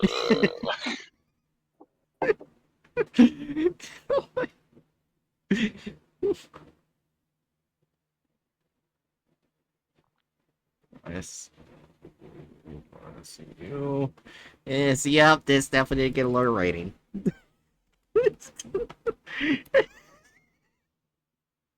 That's the lowest it's been in a little while. Yeah, actually, yeah. Yeah, the last one was the when they did the teenage succubus instead of teenage Gaia. On purpose. Yeah. So I'm guessing we're still good for 1 more. Then that's it. Yeah. Alright. I could probably handle 1 more. Alright. So the next one is the sentient ice cream truck. Oh, yeah, this one. So, since you know it, do you want to read it, Hatchet? My head's killing me. I'm not reading anything. Okay, I just thought I'd ask. Alright. I have I not can heard of read it. Oh, you want to read it? Okay. I have not heard of this SCP before. Item number SCP-1386, Object Class Euclid. Special Containment Procedures. Oh, sorry. That's a special statement. It's burp. Special containment procedures. Belch. 1386 is currently located in an evacuated 4-block neighborhood surrounded by a 10-meter high reinforced concrete containment wall and redacted 8 kilometers from the nearest inhabited neighborhood. Due to the incident with Dr. Redacted on March 17th, 2012, it is. That's April. Oh, April, sorry. You're fine. January, February, March. Oh, yeah. It is to be kept under constant surveillance and must only be approached by D-class personnel. Any individual that comes within a 3-meter radius of 1386 must give the appearance of being happy, such as smiling or laughing.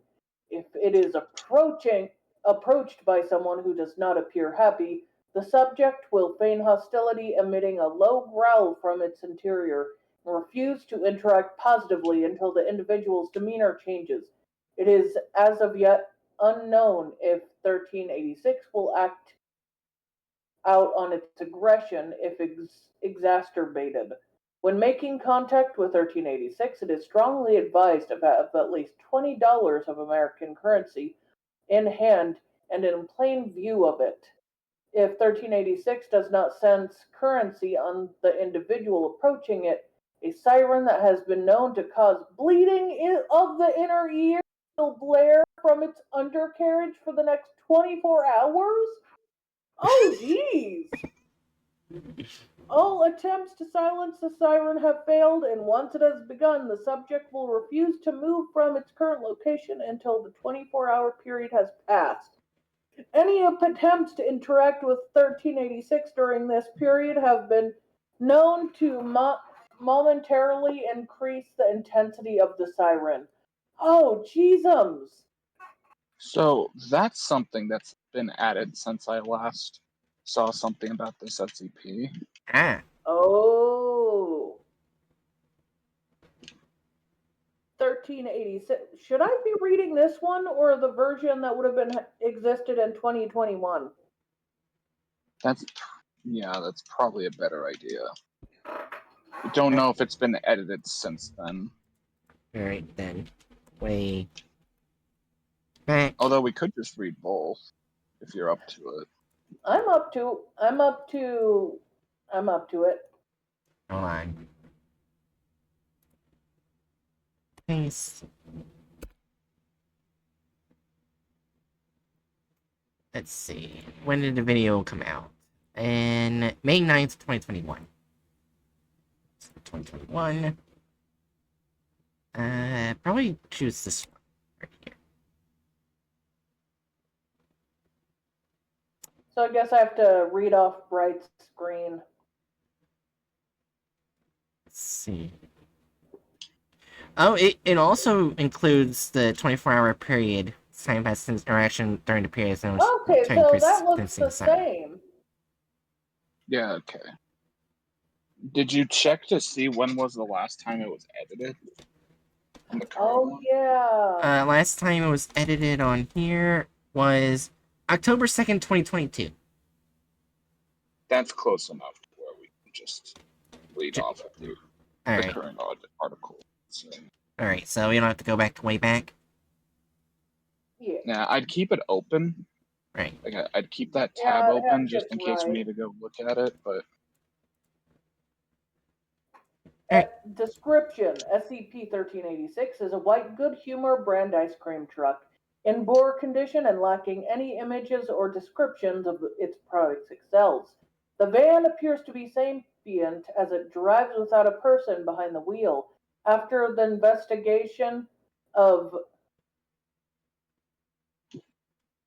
March. I know, I'm just wondering why they word it like that. Mm.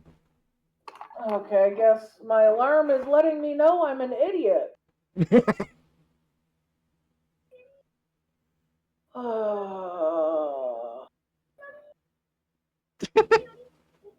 Okay. Kindly shut up. Just pretend that never happened. No. no. Okay. After the investigation of March 15th, 2012, it has been concluded that none of the doors or windows of the van of the vehicle open through conventional means.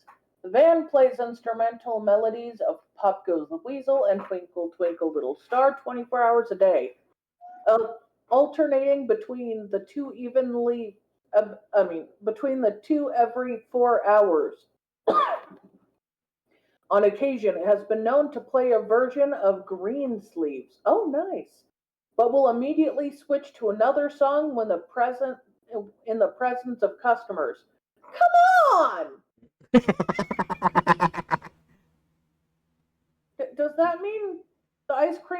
is lonely?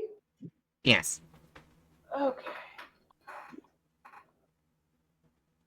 1386 has a thin slot in the middle of its driver's side door, which only becomes visible when it dispenses various ice cream products it sells.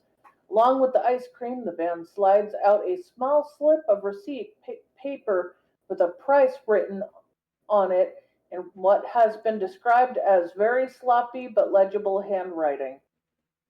Oh, is it kind of like a lonely child in van form? Yes. The van receives payment No, through the. Hmm? Huh? I was gonna say not entirely. Oh. The van I know receives. what's coming up. Oh. The van receives payment through the same slot it delivers ice cream from and will drive away as soon as it's paid. The prices and flavors of the ice cream products it sells fluctuate daily, but it never runs out of its stock of items. Notable tests of the van are as follows. Dr. Redacted and Redacted. Dr. Redacted and Dr. Goddamn brain, that's not doctor. Oh, doctors, so they're both doctors. Doctors R&D. Oh, Doctors R&D each requested 1 cookies and cream smoothie, and they were dispensed as asked. However, one smoothie was marked with a handwritten M and the other a handwritten G. The receipt was $4.89 and was paid without incident. Oh, okay. Did they know their first names? Maybe. Oh. All right. That was in March 30th, 2012. On April 1st, 2012, Dr. D requested 1 Neapolitan ice cream sandwich. After several seconds, the van slid out what appeared to be meat and cheese sandwich with tomato. The sandwich was made out of chocolate, vanilla, strawberry ice cream, respectively. The given receipt reads April Fools, and the van drove away before Dr. D could inquire about payment. Oh, that's cute. Oh, I was not expecting that. Oh, the next one's my birthday. Well, I'll be 12 when that happened. Okay. April 12th, 2012. Man, I am definitely older than you. Dr. D asked for a single scoop vanilla ice cream in a waffle cone. The product was dispensed as asked with a receipt that read $0.72 and was paid without incident. Dr. F requested 1 peach push-up and received it along with the receipt of $16.27. Dr. F expressed disapproval at the price for the ice cream and refused to pay the full amount, instead paying a total of $3.75 in quarters. When Dr. F attempted to walk away, the van opened the slot in its door to an approximate height of 6 feet and dragged Dr. F inside of it by use of a large and rusted steel trap. Damn. The van then returned its slot to its former size and proceeded to spew out pink substance from its slot for 5 straight minutes before then driving away with no further incident. Upon inspection of the pink substance, it was found to consist of blood, skin tissue, and bone fragments whose DNA signature matches that of Dr. F. Oh. If you try to go without paying, they turn you into goo. Oh. I'm not sure how I feel about that. Technically, that would be pink, but oh geez, it just ground him up into goo. Don't Yeah. turn into the goo. The real Oh, question, does it taste good? No. No, Bryce, No. no, that is not a question. What kind of woman are you? No, don't answer that. The cannibalistic one. You're not actually All a right, you cannibal. lost your brain privileges. She already lost them. Earlier today, she sent me a video which basically declared she wanted ice cream.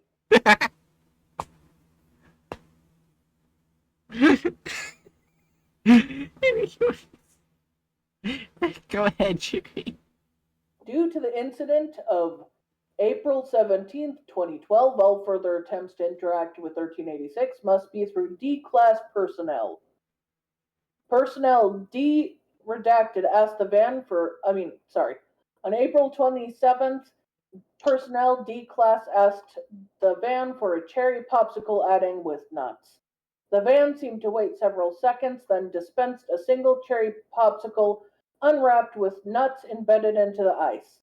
The receipt given read $2.20 your nuts, and D Class was recorded as chuckling as he read the paper.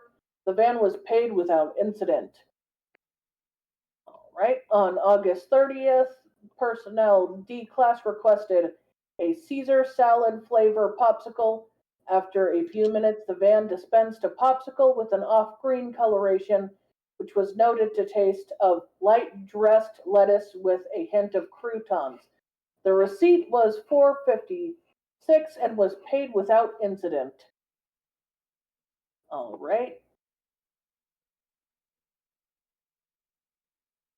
On May 4th, personnel D class asked for a dark chocolate fudge pop and received it with a receipt of $1.38, paid for it with two single dollar bills. After receiving payment, the van made a sound akin to a cash register from within, that is presumably the area which the ice cream is stored, then dispensed a small factory wrapped package. There was no written indication of what was contained inside the package, but on the front there was a crudely drawn image of what appeared to be various coins, all of American currency. The van drove off once the package was dispensed. At the urging of Dr. J, D class was then assigned to inspect the contents of the package. That's fair. After what happened to one doctor, that's very fair. The package was found to have a total of 62 cents in American currency. When the coins were considered safe, D class asked if he could keep the change. Request was denied. Well, fuck you. All right. May 10th, D class asked for an ice cream Kinder egg, which was dispensed along with a receipt for $3.87 and was paid without incident. The Kinder egg appeared similar to the kind popular in Europe, though made of ice cream instead of chocolate. D class reported the exterior to be made of coffee ice cream and the interior of French vanilla. However, there was no toy inside as ordinary Kinder eggs have. Instead, there was a small slip of parchment paper that read, I owe you one toy. Oh. If this That's was not a murderous van, I would love it. that just actually sounds really tasty. Yeah. I think I'd like it more if it had the coffee ice cream and chocolate ice cream, but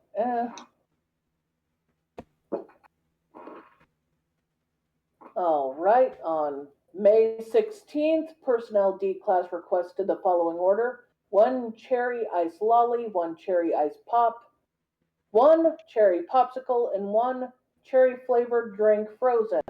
The van made what D class described as a real unnerving sound, like someone skinned a cat in reverse, for several seconds before flinging out its red sticks of unwrapped, shattering them on the pavement. Moments later, it dispensed a large styrofoam cup full of frozen green liquid. D class was noted as asking the van, "What do I owe you?" and was given no response before the van drove off.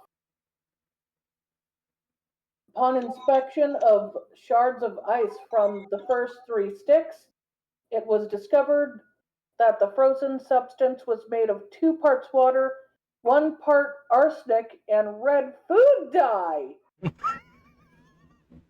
The styrofoam cup was found to contain an substance with a melting point so high it's impossible to thaw with current technology. The substance and the cup are presently being held for further examination. Created a new SCP. Oh, I hear cats. Yeah, Festus is yelling. Festus is adorable, it's fine. We're all used to Festus at this point. Festus wants ice cream. I will definitely say it feels like the truck briefly tried to kill him for Or asking so much. I think it's more like the complicated order. Ah, The more things you order, the more complicated. yeah. All right, May 20th. A new procedure has been tested. Personnel D redacted 7, mute but was able to write, requested vanilla cone chocolate use pencil and paper. The request was raised to the area where the dispensing slot actually appears. After a full minute, the van opened another slot 3 inches lower than the normal. A thin, flesh-colored appendage slid out of the slot to receive the paper before retreating and closing the slot. Oh. Moments later, the normal slot opened and the ice cream was received. The receipt was for 97 cents and was paid without incident. When questioned about the transaction, D redacted 7 responded in frantic sign language. It is transcribed as follows. It was a hand, not human, 2 fingers and a thumb. It was bony like a dead body, and it smelled. It smelled dead. You know what? That's fair. I would speak frantically and not entirely if if I had seen a weird dead mutated hand too.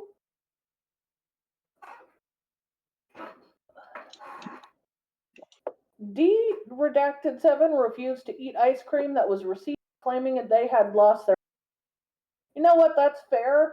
If I imagined dead hands that were like possibly torn apart making an ice cream, I would also suddenly lose my appetite. Yeah. Yeah. All right. January, February, March. Cool. All right. So the next one is on June 30th. Oh wait, no, yeah, June 4th. Oh no, Sorry.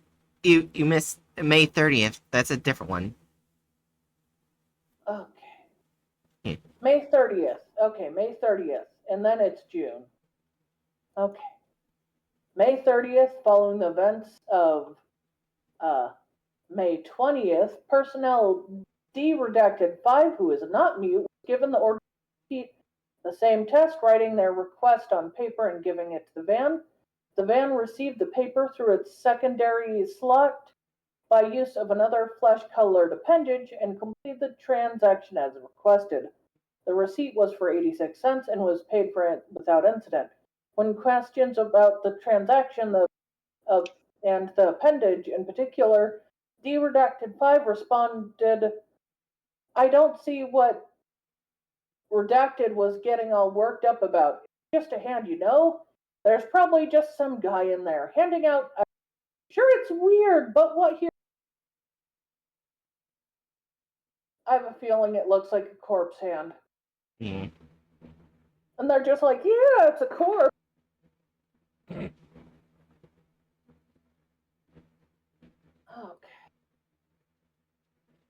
Right, so June 4th. Personnel D redacted 2, also not mute, was given the order to write a paper and give it to the van. The request was for a banana sundae with hot fudge. As in previous tests, the van accepted the paper through a secondary slot use of its hand and proceeded the request. The receipt was for $278 and was paid without incident. When questioned about the transaction, D redacted 2 stated, "There's got to be somebody in there. I could swear I heard somebody cough, like they had a cold or something." When the topic of the hand was further pushed, D redacted responded, "Look, it's not that big of a deal. It's just a hand.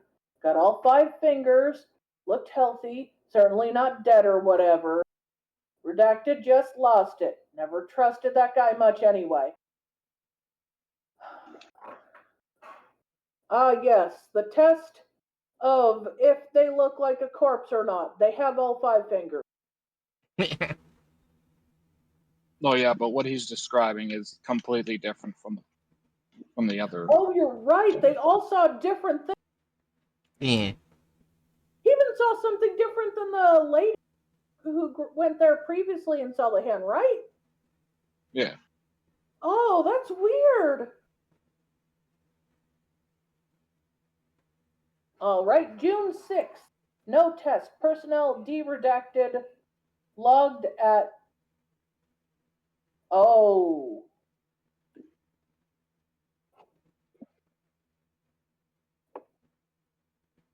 At May 30th was found dead on their holding block at 7:40. Approximate time of death is 4:30. Autopsy shows that D redacted 7 died of strangulation, and light bruising on the neck confirms that this D redacted 7's death has been marked as suicide, as they did not share a cell with any other personnel and the cell door showed no signs of forced entry. I'm sorry, you cannot strangle yourself to death. As someone that was almost strangled to death, I can tell you, as the air leaves your body, your ability to move your muscles starts to be reduced. You physically cannot strangle yourself to death.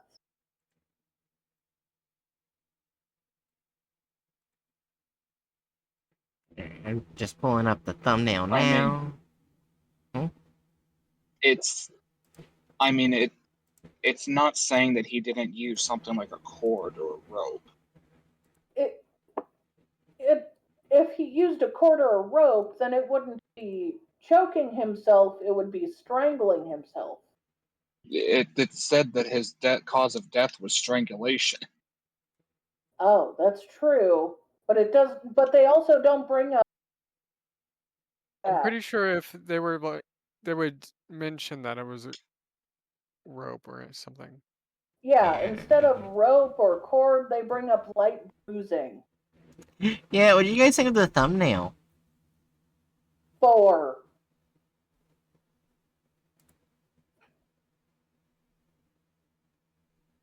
Hatchet, do you agree as well? I'm trying. What the fuck? You know what? I added the I added the one set of emojis to the server so I can put my feelings in alien face. She says I'd rather not think of the thumbnail. Hatchet, would you describe those faces as anything? Is Jerry also cutting out for anyone Getting, else? you're getting Yeah. cut out. Okay.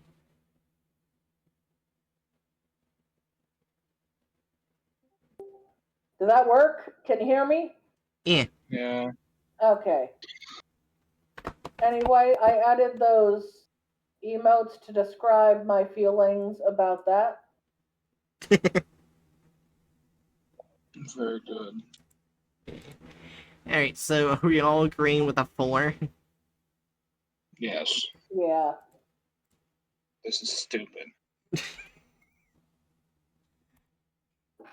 Alright, and granted, I don't think even in the past. Yeah, it just the author is anonymous. Anomalous? Oh, no. Anomalous. Anonymous. Yeah, we don't know what the author is. Anomalous. Not anomalous. Anonymous. There we go. Yeah. So technically, Non-anomalous, anonymous, non-anonymous, anomalous. so technically, the license is okay this time. The first one this so far this stream where the license was okay. Anyways, you guys all ready? Yeah. Yeah. Yeah. I would still give them a 1 just because they might. I don't know. They might have just took an advantage of that or something. I don't know. Yep. Well, I mean, there's we don't give a what? full rating of I don't know. what has been cut out until we see if all the characters are there. Oh yeah. Yeah. All right. Anyways, in 3, 2, 1. It had been a particularly rough day at work for Rex Harrison. Nothing had gone right for him. He was feeling pretty miserable and couldn't wait to get home. He usually walked home through the park. He liked the feeling of being in nature. What kind of walking But tonight, is that? he just wanted to get I home don't as know. quick.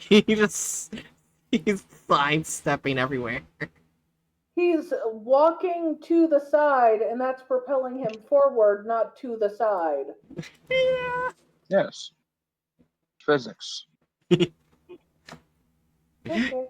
He's a new anomaly. Quickly as possible, so he took the shortcut which led through an abandoned neighborhood close to his office. As he walked along the pavement, he felt his mood getting worse. He didn't notice the old dilapidated ice cream van until he was right beside it. He probably wouldn't have noticed it at all if it wasn't for the strange sound he heard. It almost sounded like a growl. Wouldn't it be He freaking stopped out because he's not smiling? Possibly, yeah. Yeah, it would be freaking out. He's not smiling. He looks unfriendly and unhappy. So he's gonna die. Anyway, so 3, 2, 1. and looked at the van. He hadn't imagined it. There was definitely a growling noise coming from it. Rex smiled. He thought he must really be going crazy if he thought a van could make noises. He listened again. It was silent. He laughed to himself. It was probably just the wind blowing. Rex looked inside the van, but he couldn't see anyone working there. That's a Wait, they shame, have he him said. I would immediately love not to. smiling? Wait, it was never discussed in the SCP, right? That people were able to look inside the van, right? It sounded like you could not look inside. No, you can. It was mentioned that like there's no Oh. driver, which means Oh, they okay. would have to have been able to look into there. Also, I'm hearing that's myself true. on someone else's end. Ew. I don't know. I was just hearing it. Seems like it's gone now. Yeah. There's no sound from my location besides myself and me farting a minute ago. Anyways, are we ready to continue? Yeah. Alright, in 3, 2, 1. To have a strawberry ice cream right now. As soon as he said the words, a slot opened up in the middle of the driver's door, and a strawberry ice cream came out. Rex looked at it in surprise. Who had served up the ice cream, he wondered. "I'm sorry, I don't have any money on me," said Rex. Suddenly, a siren started wailing. Its piercing sound was painful, and Rex put both his Wouldn't hands it on be his able ears to to try feel to. he had no money? Yeah, it would have already Yes. done the siren. Also, if he refused to pay for an ice cream he ordered, wouldn't it kill him? Yeah, I mean, probably. Hopefully, yeah. Okay. to drown out the So, like noise. in the case, in the case of the doctor getting turned into goo, he like had the money, but he refused to pay. In this case, he just doesn't have money. That's true. That's different. Yeah. To be fair, that's a fucking lot for a push pop. Those things are small, but I also get not wanting to be eaten. Yeah. Badge, I want ice cream. Too bad, Chew. Anyways, 3, 2, A push 1. pop is like What? half the size of a popsicle. Wait, what is? I was reading Twitch chat. Chew wants ice cream. I said, too bad. Oh. It's in 3, 2, 1. The siren just went on, getting louder and louder. Seconds later, Rex felt something wet on his hands. When he looked to see what it was, his heart went cold. His hands were covered in blood. Welcome back to SCP Exposed. Today What? we bring you What? Oh, okay. I guess the idea is that like he was horrified because like the blood was from his ears. Yeah. Okay, I guess that's what I was going for. Also, this is the shortest intro. Yeah. Probably didn't have much ideas.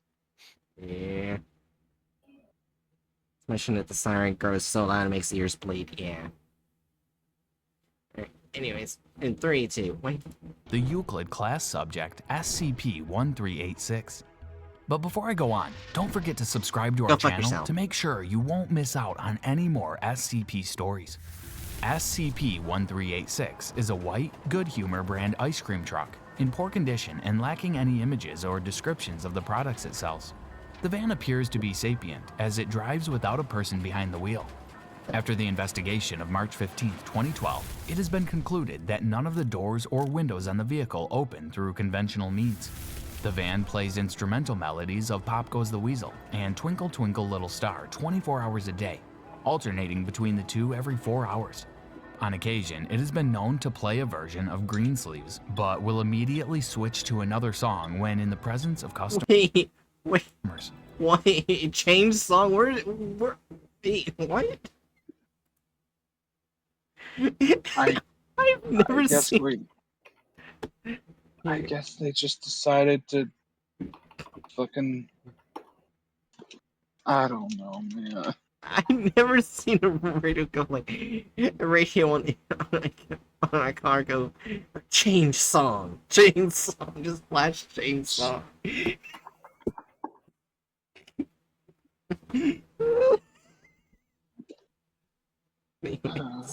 3, 2. I just realized another reason the truck might have been confused. Apparently, ice pop and an ice pop and an ice cream lolly is literally the same thing. Wow, Oh. neat. Alright, in 3, 2, 1. SCP-1386 has a thin slot in the middle of its driver's side door, which only becomes visible when it dispenses the various ice cream products it sells. Along with the ice cream, the van slides out a small slip of receipt paper with a That's one messed up 4. It's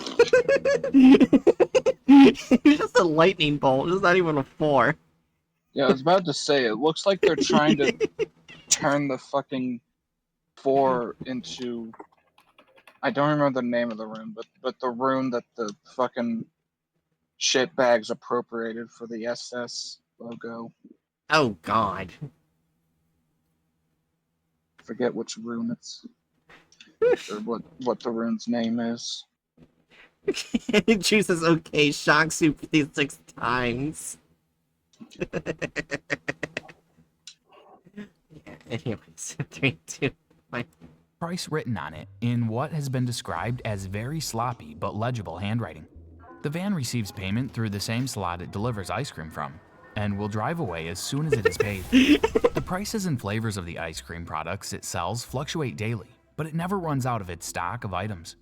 SCP-1386 is currently located in an evacuated 4-block neighborhood surrounded by a 10-meter-high reinforced concrete containment wall in Spain, approximately 8 kilometers from the nearest inhabited neighborhood. Due to the incident with one of the Foundation personnel on the 17th of April 2012, It is to be kept under constant surveillance and must only be approached by D-Class personnel. Any individual that comes within a 3-meter radius of SCP-1386 must give the appearance of being happy, such as by smiling or laughing. If it is approached by someone who does not appear happy, the subject will feign hostility, emitting a low growl from its interior, and refuse to interact positively until the individual's demeanor changes. It is as of yet unknown if it will act out on its aggression if exacerbated. When making contact with SCP-1386, it is Wait. What, that the siren isn't acting out. As in, like, acting out as in, like, causing harm. Ah. Gotcha. Anyways, in 3, 2, 1. strongly advised to have at least $20 of American currency in hand. That's American currency, alright. That looks more like Monopoly money and Monopoly currency.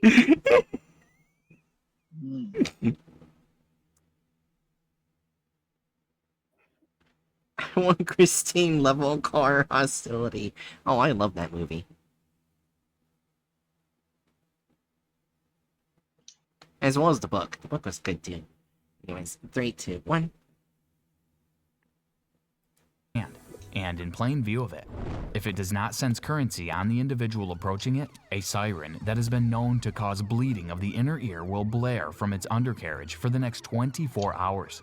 All attempts to silence the siren have failed, and once it has begun, the subject will refuse to move from its current location until the 24-hour period has passed.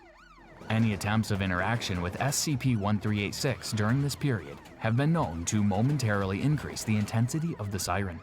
Various tests on the van have been conducted by Foundation personnel.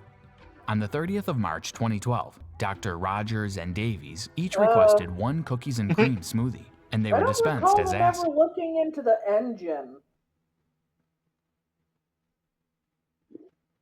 Did they? No.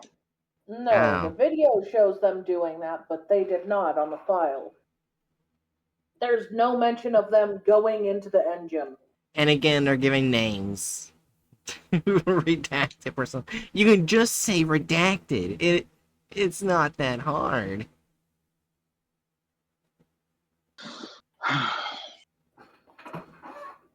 It was good shooting that soon keys. Oh.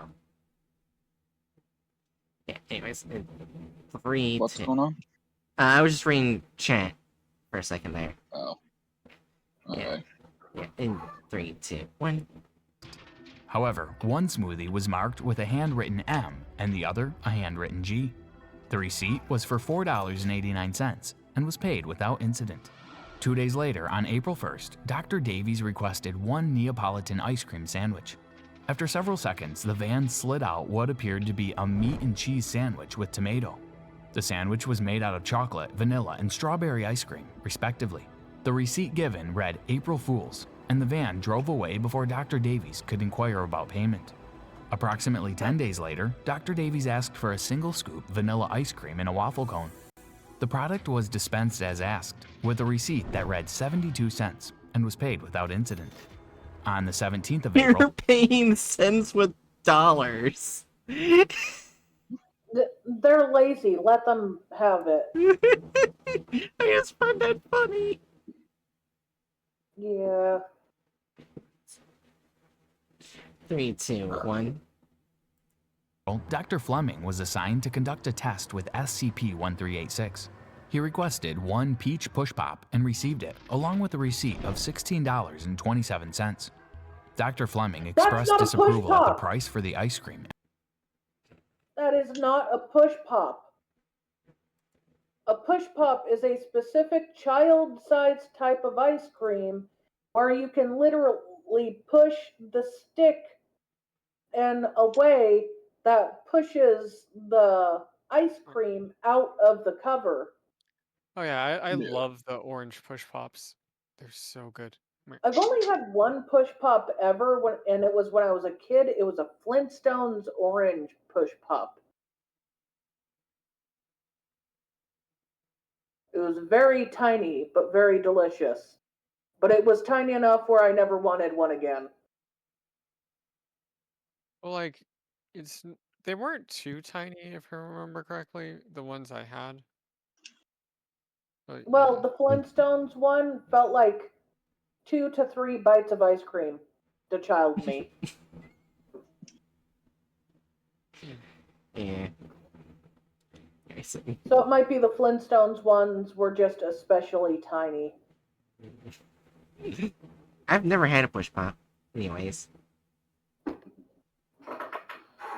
You should be able to get them like in most, like, good, like ice cream like things. Let me look for more pictures of push pops besides the one I shared in the chat. Also, Adurna choose asking for help because I bonked them twice.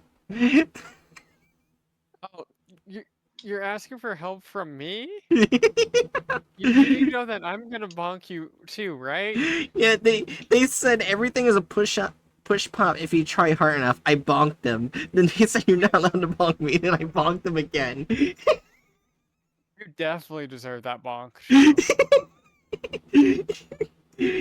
Oh, apparently mango push pops exist. Oh, that upsets me. I want it. He said it's better than nothing.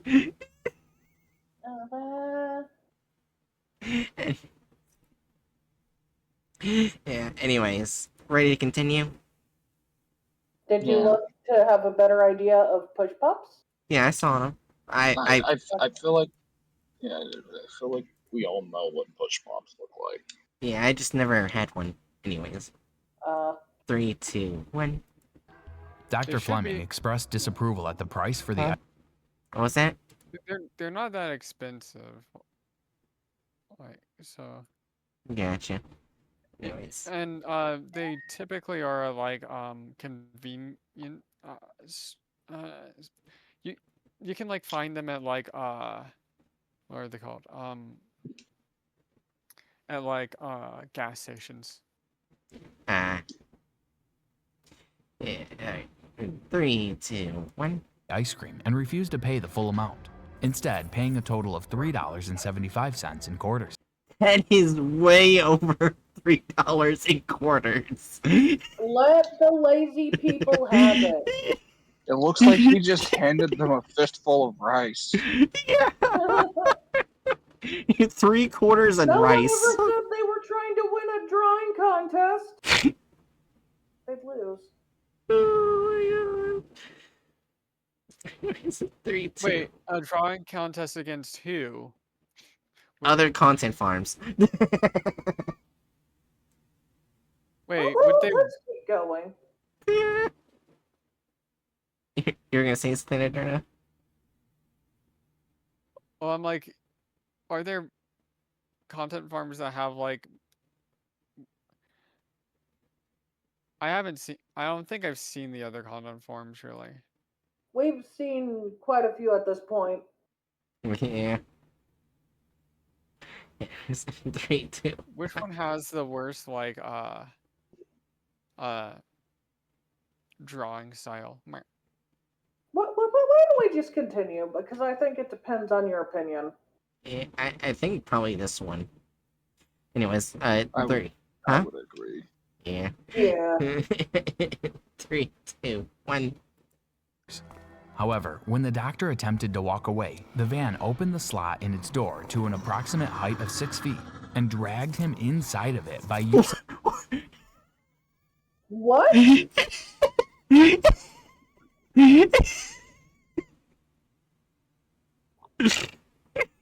Yeah, okay. Just shove out a bunch of coat hangers. Wait, Didn't it one of them say is he was protruding. dragged inside by the use of a large and rusted steel trap?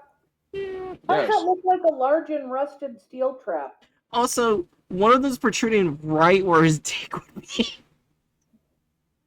No one ever said they won Artist of the Year, okay? I'm just saying it's not a large and rusted steel trap. Yeah. So basically, his dick is now a hook. His dick is now a Uh, misshapen coat hanger. Yeah. how does this look rusted? It doesn't. Yeah. Anyways, 3, 2, 1. Of a large and rusted steel trap. The van then returned its slot to its former Saying a size large and proceeded rusted to steel trap does not make that a large rusted steel trap. I feel like a point on inaccuracy needs to be put there. That's fair. In 3, 2, 1. spew out a pink substance from When they said pink substance, they don't mean he turned into bubblegum liquefied. I'm just laughing because it's spewing it everywhere. Why did they pick bubblegum pink instead of normal pink? That is not normal. That is, oh gosh, why bubblegum pink? Actually, that's not even bubblegum pink. That's Barbie pink. It's brighter than bubblegum pink. I love being turned into hot pink goo by the angry It's not fucking hot ice pink. cream It's truck. Barbie pink. Yeah. Awesome. Is there, I can bring up there's the a difference. Yeah. Anyways, Oh, whatever. I don't care enough. yes, same. Anyways, Sancho says, I repeat my statement, was not expecting to see cardboard today, and here we are. Maybe you're right. Maybe it is hot pink because Barbie pink. Actually, Barbie pink seems pretty spot on. Never mind. Anyways, continuing in 3, 2, 1. slot for 5 straight minutes before then driving away with no further incident. Upon inspection of the pink substance, it was found to consist of blood, skin No, you're tissue, right. and It's bone more fragments. hot pink than Barbie pink. Yeah. Hot pink is slightly lighter. Oh my god. Anyways, 3, 2, 1. Whose DNA signature matched that of Dr. Fleming. Following this incident, the Foundation decided that all further attempts to interact with SCP-1386 must be through D-Class personnel only. The first test was conducted by personnel D-735. He asked the van for a cherry popsicle, adding, with nuts. The van seemed to wait several seconds, then dispensed a single cherry popsicle, unwrapped with nuts embedded in the ice. The receipt given read $2.20, your nuts. And D735 was recorded as chuckling as he read the paper. The van was paid without incident. 3 days later, he requested a Caesar salad flavor popsicle.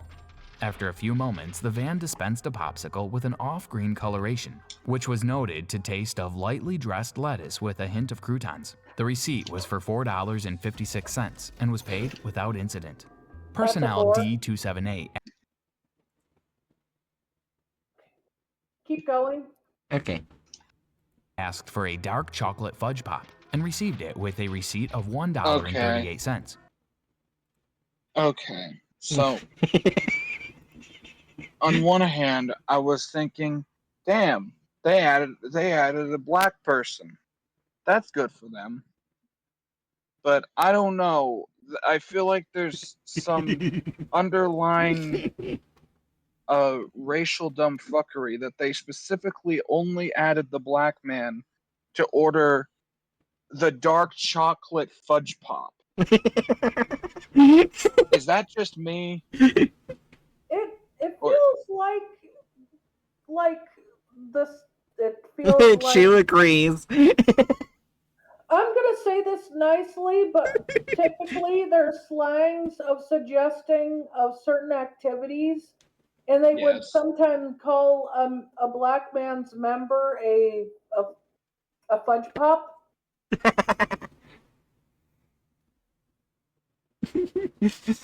So let me just click racism.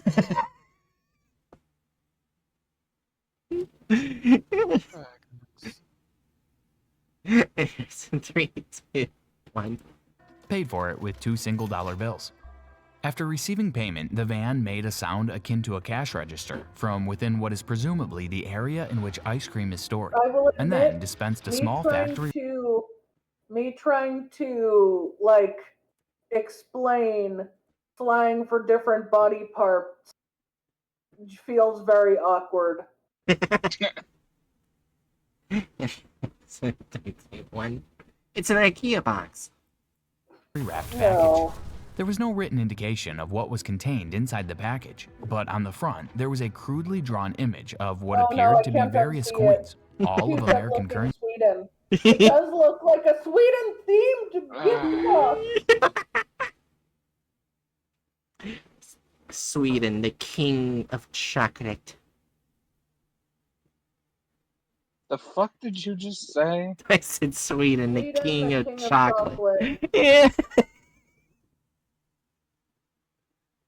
To be fair, Sweden was known for a while for having very high quality chocolate. And Sandra had the same idea. It's clearly an IKEA box. They agreed with me. It's IKEA. But Belgium was as well, and we don't see the Belgium flag being used as a. You know what? Let's keep going. Yeah. 3, 2, 1. The van drove off once the package was dispensed. At the urging of Dr. Jenkins, D278 was then assigned to inspect the contents of the package. The package was found to have a total of 62 cents in American currency. That is not When the how coins were 62 considered- cents looks, but okay. I can't even complain. I literally dismissed the other times they drew it wrong. Yeah. 3, 2, 1. Safe, D278 asked if he could keep the change. The request was denied. Following a number of tests, the Foundation decided to change course. A new procedure was Why introduced. are they going Personnel inside? D27, who was mute,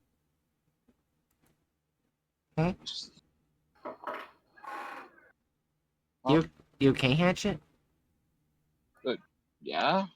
Oh, I was hearing sound coming from you, so I wasn't sure if you were trying Oh. to say something. I thought you might have Oh, been hearing Spood listen to videos. Oh. I think they're listening to South Park. Oh, God. They just show her looking under her van's hood. Yes, that didn't happen. Anyways, 3, 2, 1. but able to write, requested a vanilla cone in chocolate through use of pencil and paper. The request was raised to the area where the dispensing slot usually appears. After a full minute, the van opened another slot 3 inches lower than the normal one. A thin, That's not flesh-colored 3 inches appendage. lower. Oh, geez, I'd have nightmares if I saw that. Yeah. It's just a weird ass little crab hand. Yeah. It looks kind of like, to me, it looks like a mussel. Like, you know, the mussel creature. Chill. Yeah. Like, its foot came out and formed a hand. Like, the foot is supposed to be the thing they use to eat and poop. And I don't want that grabbing for me. No, chill. You are Oh, you're not you know what? fucking I ice think cream I know truck. what they're thinking, and let's just keep going so they can stop thinking that. Oh god, my description did not help. Slid out of the slot to retrieve the paper before retreating and closing the slot. Moments later, the normal slot opened and the ice cream was received. The receipt was for 97 cents and was paid without incident. When questioned about the transaction, D27 responded in frantic sign language. It is transcribed as follows. It was a hand, not human. It had 2 fingers and a thumb. It was bony like a dead body, and it smelled like it was dead. D27 refused to eat the ice cream he had received, claiming that he had lost his appetite. Following the events with D27, personnel D15, who is not mute, was given the order to repeat the same test, writing their request on paper and giving it to the van. The van received the paper through its secondary Wouldn't he have, slot like, by an use of asshole another smile? Yeah. Here's 3, 2, 1. flesh-colored appendage and completed the transaction as requested. The receipt was for 86 God, cents. his and was smile paid without disappeared incident. for a When second. questioned about the transaction and the appendage in particular, D15 responded, "I don't see what Brian was getting all worked up about. It's just a hand, you know?" There's probably just some guy in there. Oh god, why is his mouth gone? That happened with him earlier. Why is the mouse just Well, if it gone? makes you feel better, the arms are disjointed. In fact, one is missing half. The other is missing like 2/3. Well, not 2/3, 1/3. One is missing half, and the other is missing 1/3. Just says he has no mouth and he must scream.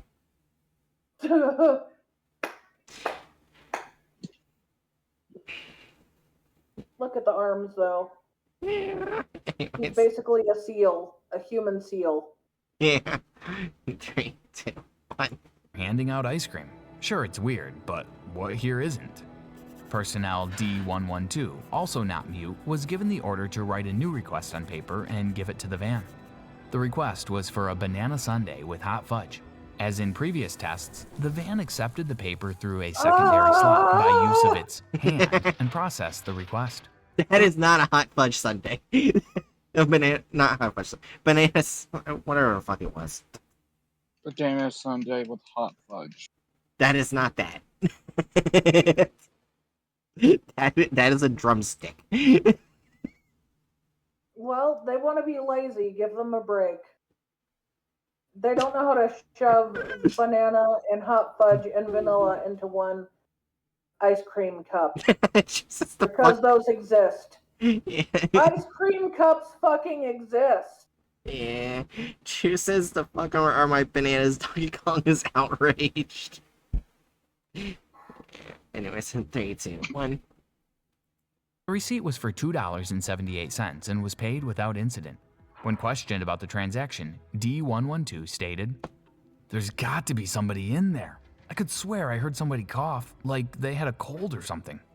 When he was pushed further on the topic of the hand, he responded, "Look, it's not that big of a deal. It's just a hand. It's got all 5 fingers and looked healthy, certainly not dead or whatever. Brian's just lost it. Never trusted that guy much anyway." On the 6th of December, personnel D27 was found dead in his holding block at 7:40. The approximate time of death was 4:30. The autopsy shows that D27 died of strangulation, and light bruising on the neck confirms this. His death has been marked as suicide. Where's the bruising?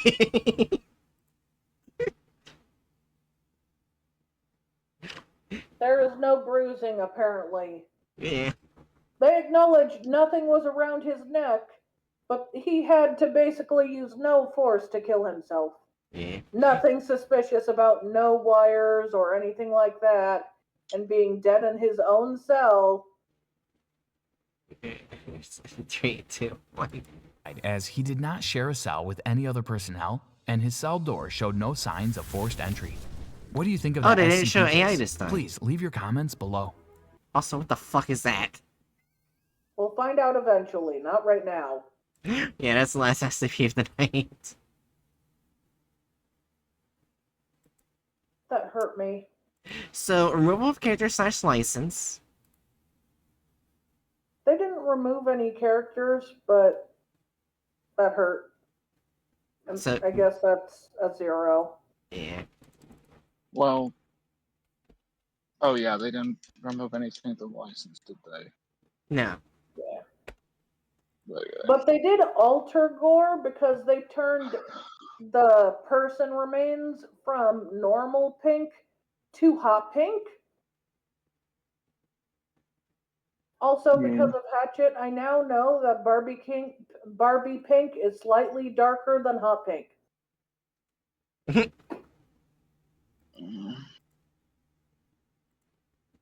So, Also, I was gonna say, so I guess 1.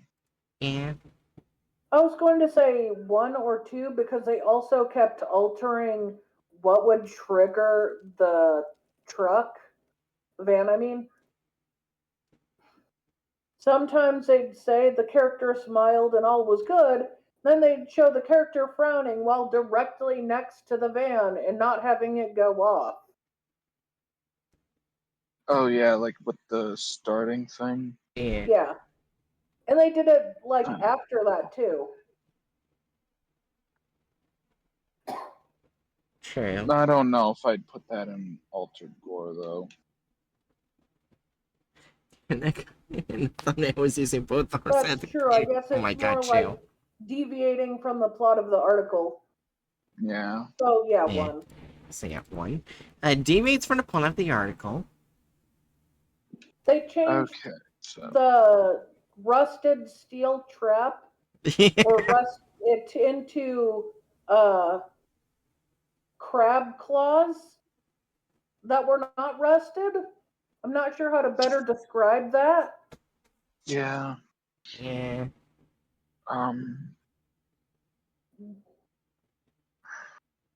The entire starting thing was just a Total dumb. nonsense. Yeah. Yeah. Yeah. I'd give it a 2. Yeah. Yeah, I agree. Alright. Here's a fun one. Only minute interview such offensiveness. What number do we give? They made the black man order a fudge pop. I normally like base it on like instances of racism, like instances of offensiveness. Yeah. And I feel like we've definitely seen more egregious examples of Oh, them yeah. being racist. Oh yeah, most definitely. I think But that it's is just I want to put a 1, but I feel like it would be bad to put it a 1, but it's not a 3 or a 4. I then? yeah, Huh? I'm feeling too. I don't think they showed any women, so Yeah. Oh yeah. Oh, you're right. No women through the whole thing. I didn't even notice. So yeah, there we go. We got too distracted by having the black man order chocolate I was and honestly too hot distracted by the pink horrible sludge. art, the hot pink person remains, because people are not supposed to die as hot pink. yeah. The emojis below are my feelings about that entire video. It chooses executive vote 1 on racism. Yeah, that you got that.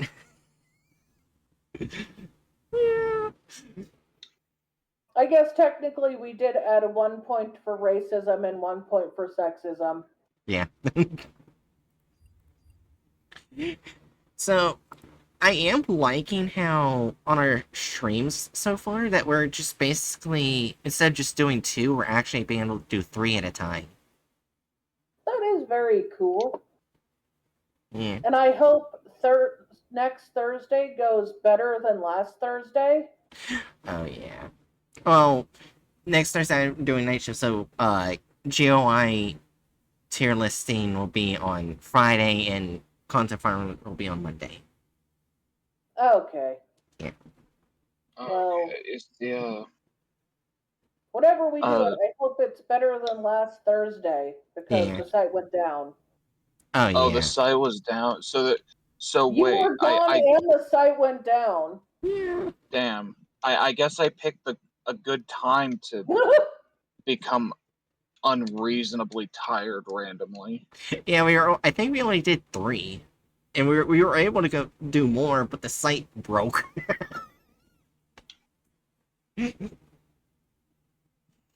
Yeah, also apparently on my night shifts, someone attacked the site. Basically, if you were to go into the 7th, 8th, and 9th gen, you would just hear random music, copyrighted music and sounds, instead of seeing the SCPs. Oh. It got fixed quickly, though. But apparently someone is thinking about tagging the SCP wiki for some reason. What kind of waste of space piece of shit fucking vandalizes the SCP wiki of all things? Yeah. Like, literally... Like I can Huh? like I can see like people having no life enough to decide to go out and vandalize actual Wikipedia articles. But you're vandalizing a fucking Creative Commons art community? Yeah. Why? I don't know. And plus, it's like one of the nicest communities on the internet. Yeah.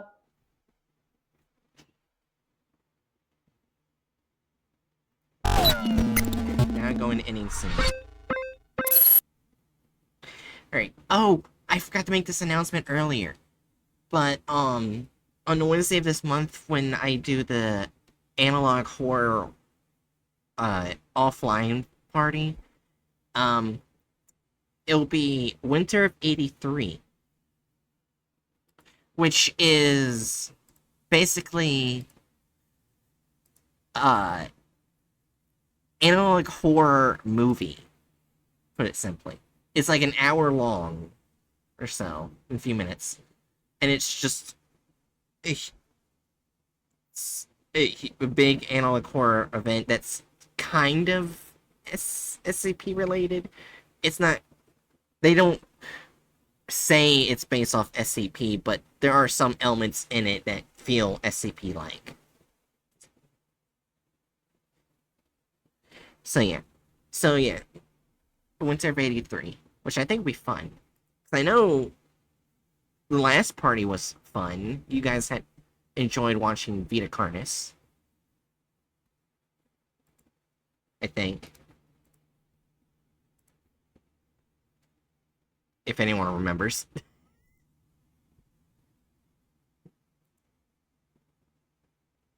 Yeah, I know. Speaking of Jiri, you may like say it was just me, Jiri, Apollo, and Chu.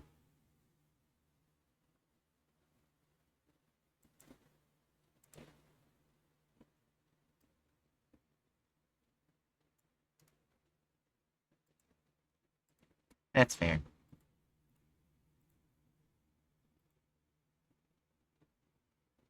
Yeah, see, here's the thing. I wasn't much. I didn't even know much about analog horror until Chu mentioned like Vita Carnis. Oh, hold on.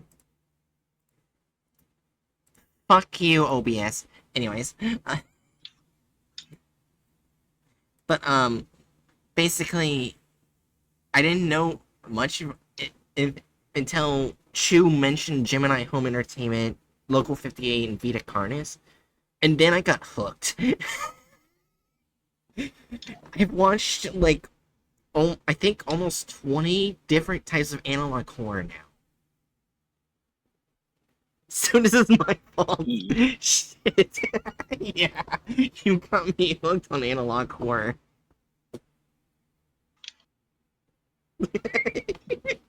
Well, I guess you have to take responsibility, Chew.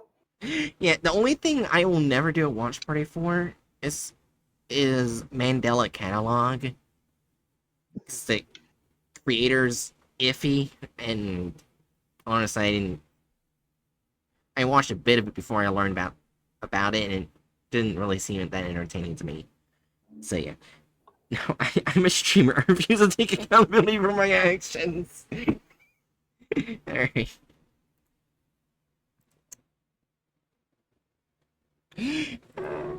Anyways, Aderna, do you have any last words for stream?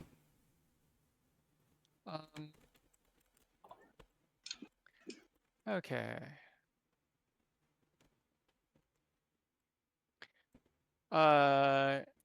Chew is cute, Bright is a catbird, and we love Cheery. Eh.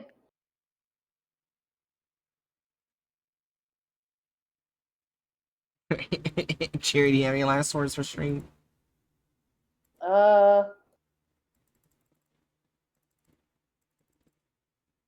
Remember, if you think things can't get any worse in your life, don't worry.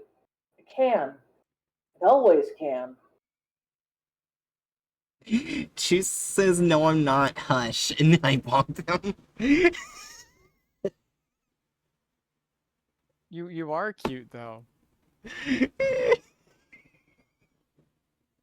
Anyways, Hedge, damn, you last first for stream. Now they're freaking out.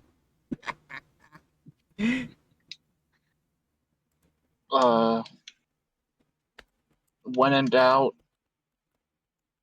I don't know, play hentai roguelikes. My head hurts. Fair enough. Anyways, Danger Noddles, I'm rating whoever the fuck this person is. Chew told me to do it. Who? I get so be kind to them and everything. Be nice to them. And hope to see you guys next time on your next mission, as well as one other thing. Oh my god. Oh, I hear it through Jerry's end. Same.